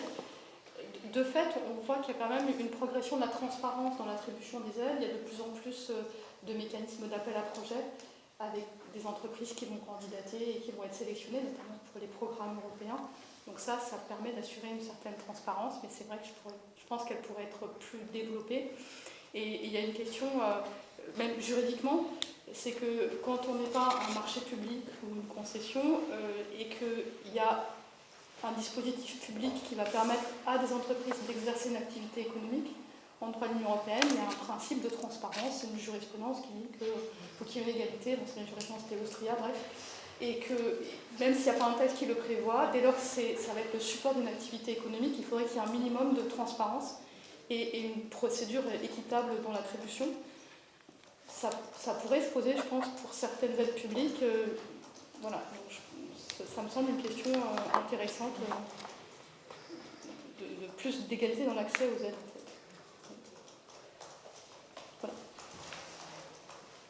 J'y vais. Bon, il y a beaucoup de choses. J'ai certainement oublié. La question de la diminution des aides publiques et le remplacement par l'État, c'est une question qui peut se poser sur l'efficacité. C'est une question qui peut se poser aussi sur le périmètre de l'emploi public. C'est-à-dire, est-ce que c'est substituable emploi privé, emploi public? Alors, il y a une partie qui peut être des contrats du secteur, des emplois aidés, du marchand qui sont dans le privé, des contrats d'alternance, enfin toute la politique de l'emploi. La question, elle est plutôt sur, aujourd'hui, le secteur productif est essentiellement privé. Enfin, quand je parle productif, c'est-à-dire avant, il y avait une partie qui était nationalisée, notamment, et dans lequel c'était une forme d'emploi public. Donc la substitution, elle est un peu compliquée, C'est-à-dire, à partir du moment où on a fait le choix, aujourd'hui, d'avoir quand même, on va dire, la plupart du secteur productif qui est un secteur privé, ce qui n'était pas le cas avant, en fait, on ne peut pas basculer de l'un vers l'autre. Alors donc je ne sais pas si j'ai bien compris, c'est dire est-ce que c'est on réduirait des aides aux entreprises et on aurait une intervention directe de l'État. C'est ça que je comprends pas, c'est que du coup, l'État se substituerait à l'entreprise. Non, il ne s'agit pas de collectiviser l'économie ou quoi que ce soit, c'était plus dans le sens, je pensais plus à des aides comme le CIR ou le CIC, en fait. Comment est-ce qu'on pourrait se passer de ces aides, soit dans le cas du CIR, en réinvestissant cette manne financière dans l'enseignement supérieur, à la recherche, ou peut-être par rapport au salaire, comment faire en sorte que les entreprises puissent payer leurs cotisations sociales et patronales, sans forcément substituer de substituer les entreprises. D'accord, non, c'est pour ça, c'est ok. Ok, en fait, c'est de dire on réduit certaines aides et avec les ressources financières, on les investit ailleurs. Ouais. Oui, enfin alors après, ça c'est de l'arbitrage politique, je vais dire. C'est-à-dire que si on considère que certaines aides ne sont pas efficaces, à ce moment-là, parce que certains vont défendre le CIR, moi je ne le défends pas forcément, mais il y en a pas mal qui le défendent quand même, en disant qu'effectivement ça fait venir des centres de R&D en France. Si la dépense de R&D est faible en France, c'est parce que le poids de l'industrie a beaucoup baissé, et que l'industrie c'est 80% de R&D, donc des fois, c'est quand même certaines choses ne sont pas si évidentes que ça. C'est pareil, et même si je ne les défends pas, c'est juste pour dire à chaque fois on est confronté à un arbitrage politique, en réalité, en disant où est-ce qu'on doit mettre l'efficacité. Et typiquement, sur l'histoire des allègements de cotisations globales, je crois qu'on a montré c'est quoi, 52 milliards. Forcément, si on les supprime du jour au lendemain, il y aura un choc sur l'emploi. Enfin, j'imagine que c'est compliqué d'imaginer qu'il n'y aurait pas du tout d'effet. Un choc macro, de toute façon. Là, il y aura un choc macro. Par exemple, vous enlevez 52 milliards d'aides aux entreprises, il y a un choc macro qu'il va falloir absorber d'une façon ou d'une autre. Soit c'est vis-à-vis de l'extérieur, soit c'est vis-à-vis de l'emploi et le salaire. Enfin, il y a eu des différentes évaluations, certains parlaient de 800 000 emplois. Enfin bon. Bref, il y a un choc macro. Donc c'est compliqué à chaque fois de raisonner. En fait, c'est mon avis la difficulté, c'est chaque fois on a des évaluations micro et un contexte aussi macro, quoi. C'est-à-dire comment réconcilier deux. Typiquement, vous faites le CICE, on l'avait montré, hein, ça c'est que ça a quand même un effet. Si vous ne le financez pas, vous donnez 20 milliards aux entreprises, ça a quand même un effet. Même y compris dans la distribution des dividendes, parce que les dividendes est reçu par les ménages à la fin, ça fait quand même un peu d'investissement et d'emploi. La question c'est le financement. Les 20 milliards, si vous augmentez la TVA en face, vous réduisez la dépense publique, vous avez un effet de demande négatif et un effet d'offre positif. Et donc les effets ne sont pas équilibrés, quoi. Donc c'est vraiment, tout est une histoire d'équilibrage et de répartition et j'allais dire, d'évaluation, mais aussi j'allais dire presque de croyance politique. En tout cas, voilà, il y a des choix qui peuvent être faits parfois. Certains vous diront que effectivement, ces allègements de cotisations, c'est ce qui a permis de faire baisser le chômage des moins qualifiés. Enfin voilà, il y a plein d'autres études qui montrent des choses différentes. Donc il n'y a pas un consensus sur certaines choses. Enfin, s'il y avait des consensus, ça serait beaucoup plus facile. Et ça permettrait d'avoir des arbitrages communs. Sur des choses sur lesquelles on a pu revenir, je pensais à ça, vous avez l'exemple de la défiscalisation des heures sup, quoi. L'exonération et la défiscalisation des heures sup, ça avait été mis en place sous Sarkozy. Hollande arrive au pouvoir, il l'a supprimé, et là Emmanuel Macron l'a remis. Alors, l'idée étant de dire, effectivement, ça fait du pouvoir d'achat en plus aux ménages, et en particulier plutôt aux classes moyennes. Alors les profs n'étaient pas contents. Mais quand vous faites de la macro, vous voyez qu'en fait, vous incitez à augmenter la durée du travail, et c'est contre-productif sur l'emploi. Donc voilà, ça dépend où vous vous situez sur l'échelle de pensée aussi de ce type de mesure. Est-ce que c'est une question d'offre? Est-ce que c'est une question de demande? Enfin voilà, il y a quand même aussi le cycle économique qui peut jouer et qui peut avoir aussi des effets. C'est pas la même chose de viser à augmenter la durée de travail quand vous êtes en haut de cycle ou en bas de cycle. Dans un cas, ça va avoir des effets très forts sur le chômage. Dans les autres cas, ça peut avoir des effets positifs sur la productivité. Bon. Donc ça, c'est des choses un peu compliquées. On n'a pas les chiffres sur les aides des très grandes entreprises ou les aides. Donc on voit les aides sectorielles. Alors, c'est vrai que ça serait intéressant. Le problème, c'est la question, quand vous mettez des dispositifs d'urgence, c'est censé s'appliquer à toutes les entreprises qui ont des difficultés. Le gouvernement a fait le choix de mettre des seuils sur le chiffre d'affaires, en fait, quand même.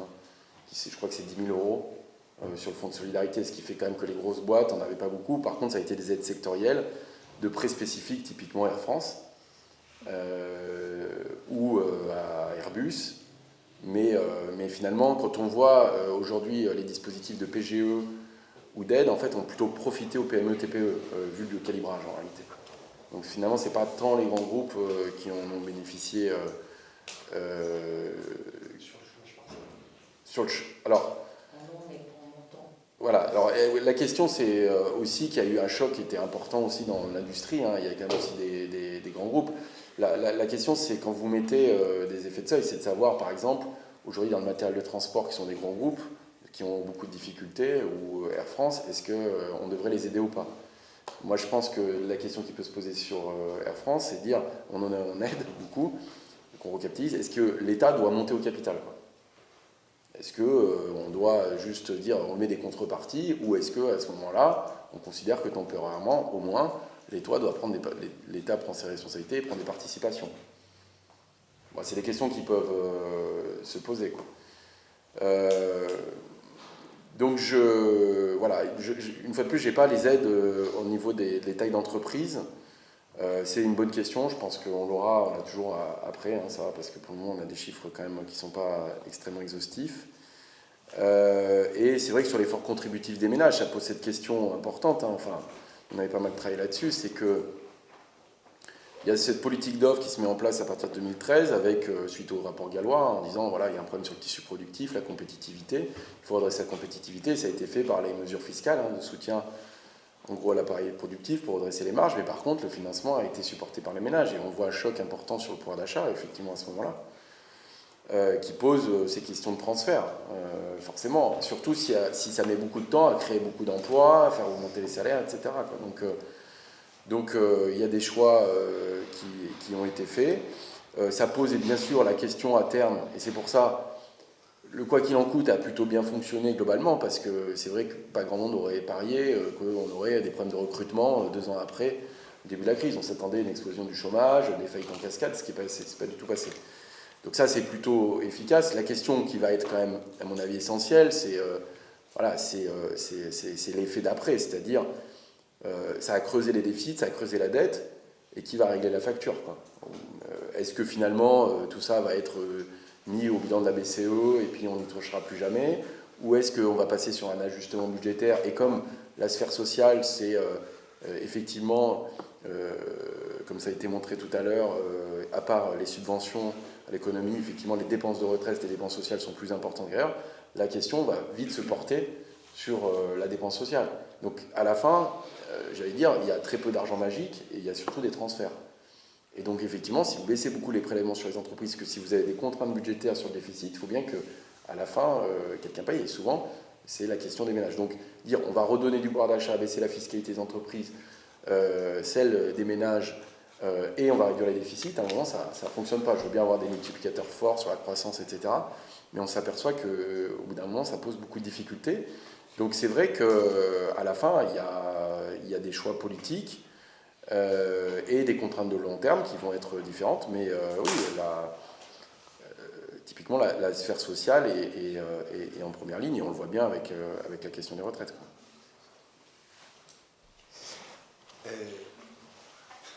Ok, alors bon, en plus j'ai pas beaucoup de temps, ça m'arrange, donc je vais pas répondre à 2 questions. Je suis désolé, non mais parce que j'ai pas de toute façon les réponses. Donc la question de la condition de respect, de mise en concurrence par rapport aux dépenses que je regarde, ça n'a pas forcément de sens, parce que justement il n'y a pas de conditionnalité autre que avoir des emplois de ce niveau-là, ou etc. Donc j'ai pas l'impression que ça s'applique. Et puis pareil sur la question des détails, j'ai pas forcément d'éléments à vous apporter là-dessus. Ce serait possible potentiellement, mais j'ai pas d'éléments là en tête. Sur la question de la drogue, je pense que c'est plus une drogue politique qu'une drogue économique. Et finalement ça répond un peu aux 2 questions. Et donc, moi, j'étudie pas les stratégies. Je suis pas politiste, je fais pas de la science politique. J'étudie pas les stratégies politiques. Donc, j'ai pas vraiment de recette de stratégie politique à vous donner, parce que je pense que c'est une question de stratégie politique. C'est pas une question économique. Alors oui, il peut y avoir un effet de temporalité, c'est-à-dire qu'effectivement, l'investissement dans la formation, l'investissement dans l'innovation, ça prend du temps. Alors qu'effectivement, on a dit, bon ben voilà, alors sur le... Bon, effectivement, les dépenses en haut qui créent 0 emploi, si elles détruisent 0 emploi, c'est pas coûteux, bon ça va. Celles qui ont dit, ben voilà, 160 000 € par emploi créé au niveau du SMIC, on voit bien que c'est totalement inefficace, et en même temps, si on coupe, ben, il va y avoir des emplois qui vont quand même disparaître. Pas beaucoup, par rapport à ce qu'on va récupérer, mais quand même un peu. Et là, si la politique qu'on met à la place met du temps, on a un problème de timing, et là, je comprends bien que ça peut être... Alors, ce qu'on avait regardé, rapidement, dans un papier il y a quelques années, et qu'on a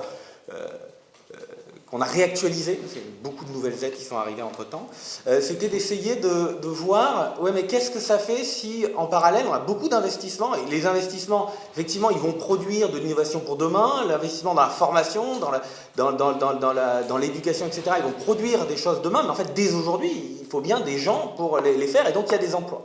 Et même si on considère que ces emplois ont un effet d'éviction, c'est-à-dire que quand on finance ces emplois dans la formation, etc., il y en a une partie qui prennent la place d'emplois existants, ce qui est un peu l'équivalent de l'effet d'aubaine pour la dépense directe, l'auto-éviction. Finalement, quels sont les montants de taux d'éviction maximum autorisé, ou même à très très court terme, on n'a pas de baisse de l'emploi. C'est vraiment une question, pour le coup, de contrainte très forte. Et effectivement, avec ce que je vous ai montré, on avait 13 milliards, c'est facile, on peut avoir 100% de taux d'éviction, parce que finalement, on ne détruit pas d'emploi. Et puis après, on descendait et on arrivait, on avait, si je me souviens bien, il y avait 32 milliards, où on pouvait se permettre quand même 81% de taux d'éviction. Donc ça laisse de la marge quand même par rapport à un certain nombre de besoins sociaux, etc. Donc, peut-être une partie de la réponse. Sur la question de la symétrie, en fait, de l'hystérésis entre la mise en place, oui, on entend beaucoup cet argument. Moi, là où il me gêne un peu, c'est côté renversement de la charge de la preuve. C'est-à-dire qu'on va dépenser, on va donner aux entreprises beaucoup, Et puis après, ça va falloir, a priori c'est bon, il va falloir prouver que c'est inefficace, et pas prouver que c'est efficace, c'est ça que je trouve un peu bizarre. Et si jamais, finalement, on regarde et que la preuve de l'inefficacité arrive, on va dire, ah oui, mais rien ne prouve que potentiellement l'effet inverse serait le même. Oui, effectivement, enfin, je trouve qu'il y a un renversement de la charge de la preuve qui est problématique par rapport à la politique. Sachant que, en fait, si, il y a des éléments... Par exemple, alors je reviens peut-être sur l'autre partie, les services à la personne, qui est le même dispositif, la même idée de baisse du coût du travail, mais cette fois directement en subventionnant l'acheteur. On va subventionner l'acheteur et on a regardé les baisses de plafond et les hausses de plafond. Les deux. Et c'est assez symétrique.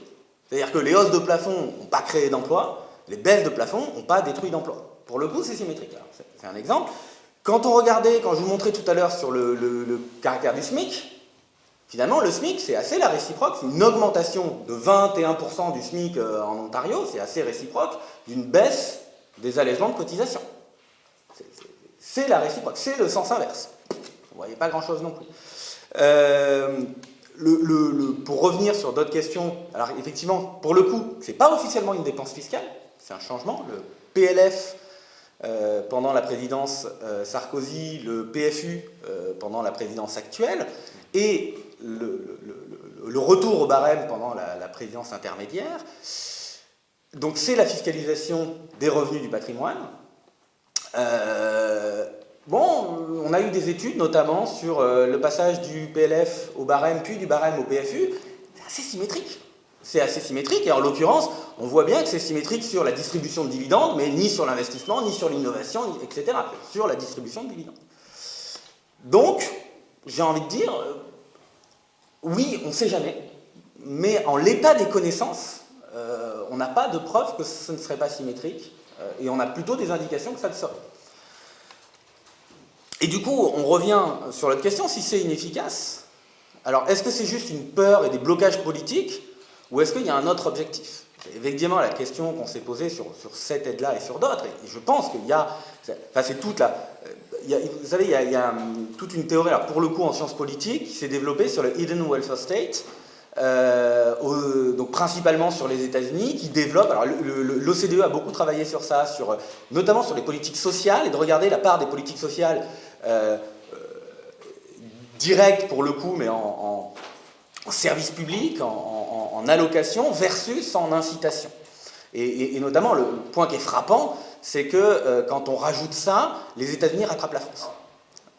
C'est assez saisissant sur les travaux de l'OCDE. C'est-à-dire qu'il y a une autre forme d'État social. Et donc oui, je pense qu'il y a clairement, et quand on voit finalement, alors on disait c'est les ménages, bon les entreprises c'est aussi des ménages, mais c'est pas les mêmes. Et donc il y a une vraie question de distribution. Je pense qu'au fond, derrière ces changements, l'inefficacité, elle n'est pas toujours gênante par rapport, parce qu'il y a un objectif de changement de la distribution, de la contribution, et qu'on baisse le PFU, on baisse l'IFI, on baisse l'impôt sur les entreprises, on augmente d'autres impôts. Je pense que ce n'est pas juste une bascule entreprise-ménage, c'est une bascule ménage qui possède les entreprises, ménage qui ne possède pas les entreprises. C'est quand même aussi dans ce sens-là qu'il y a la bascule. Et donc, effectivement, il y a une vraie, je pense qu'il y a un vrai effet, pour le coup, de redistribution. Ce qu'on voit très bien sur les services à la personne, on l'a vraiment fortement documenté. Et ce qui apparaît sur le CICE, par exemple, on avait montré qu'effectivement, il n'y a pas d'effet emploi. Par contre, il y a des effets salaires. Mais c'est les effets salaires sur les plus hauts salaires, sur les plus qualifiés. C'est eux qui ont bénéficié d'augmentation de salaire du fait qu'on a allégé les cotisations sociales sur l'ensemble du spectre. Et donc je pense que là, il y a un vrai point. Alors sur la bascule, je tape globalement votre nom c'est d'un État-providence à un corporate providence. On peut le voir un peu différemment, il y a plein de mots. Alors on essaye justement dans le livre dont je vous ai parlé, qui est sorti en février, on essaye vraiment de voir, de regarder, de retracer sur les 30 dernières années ce changement-là, à la fois sur le côté aide et le lien avec la politique sociale. Donc je ne peux pas vous refaire tout le livre là, je pense que, mais peut-être quelques exemples, un peu d'actualité sur la santé. Qu'est-ce qu'on a fait? On a bloqué les honoraires. Donc on a bloqué Officiellement, la Sécu continue toujours à rembourser 70%, mais 70% d'honoraires qu'on a arrêté d'augmenter. Et pour compenser, pour pas que les médecins aient une rémunération qui augmente moins vite que l'inflation, on a au fur et à mesure autorisé les dépassements d'honoraires. Et les dépassements d'honoraires, ils ont été pris en charge par les complémentaires, qui est une assurance privée. Et donc, qu'est-ce qu'on a fait? On a fait en sorte que les entreprises payent une part des complémentaires de leurs salariés, mais pour ça, on leur a donné un crédit d'impôt. Donc, on a arrêté de payer pour la santé, on a arrêté de payer le médecin. Alors, par un mécanisme un peu biaisé qui a été qu'on ne revalorisait pas les honoraires et on autorisait les dépassements d'honoraires, ce qui développait un marché privé de l'assurance. Et pour pas qu'on dise « ah oui, c'est les ménages », on le faisait payer par les entreprises et on donnait un allègement de cotisation à l'entreprise. D'accord? Donc là, on voit bien qu'il y a un mécanisme où on change fondamentalement dans le mécanisme de protection sociale, avec des inégalités dans l'accès aux soins, parce que tout le monde n'a pas la même qualité de complémentaires qui couvrent le dépassement d'honoraires, et que ça augmente fortement les inégalités d'accès aux soins, et donc ça change fondamentalement notre système social, effectivement, par ce mécanisme-là. Un autre point, un autre exemple, c'est sur le développement du droit de la fondation. Alors, je ne suis pas expert dans les fondations, mais on a vu se développer au fur et à mesure, notamment des fondations un peu différentes, et notamment des fondations qui permettaient des partenariats publics-privés dans les fondations. Et on l'a utilisé pourquoi? Pour les fondations pour la santé, hospitalière, pour donc la recherche médicale, pour l'université. Qu'est-ce qu'on fait dans ce cas-là? On change fondamentalement la politique, et donc c'est dans l'autre sens qu'on l'a fait. On change la politique d'enseignement en la mettant de plus en plus aux mains de systèmes de fondations publiques-privées avec beaucoup de fonds publics mais des gestions privées, et pareil pour l'hospitalier. Donc oui, je pense qu'il y a fondamentalement un changement assez profond de notre protection sociale qui n'est pas sans lien avec toutes ces aides aux entreprises. Merci beaucoup à tous les trois. Je souhaite à toutes et à tous une bonne fin d'année 2021. On arrête là pour cette session. Et puis nous, la commission se retrouvera en janvier pour une prochaine commission et les prochains travaux. Ça convient à tous. Merci encore. Merci. Merci.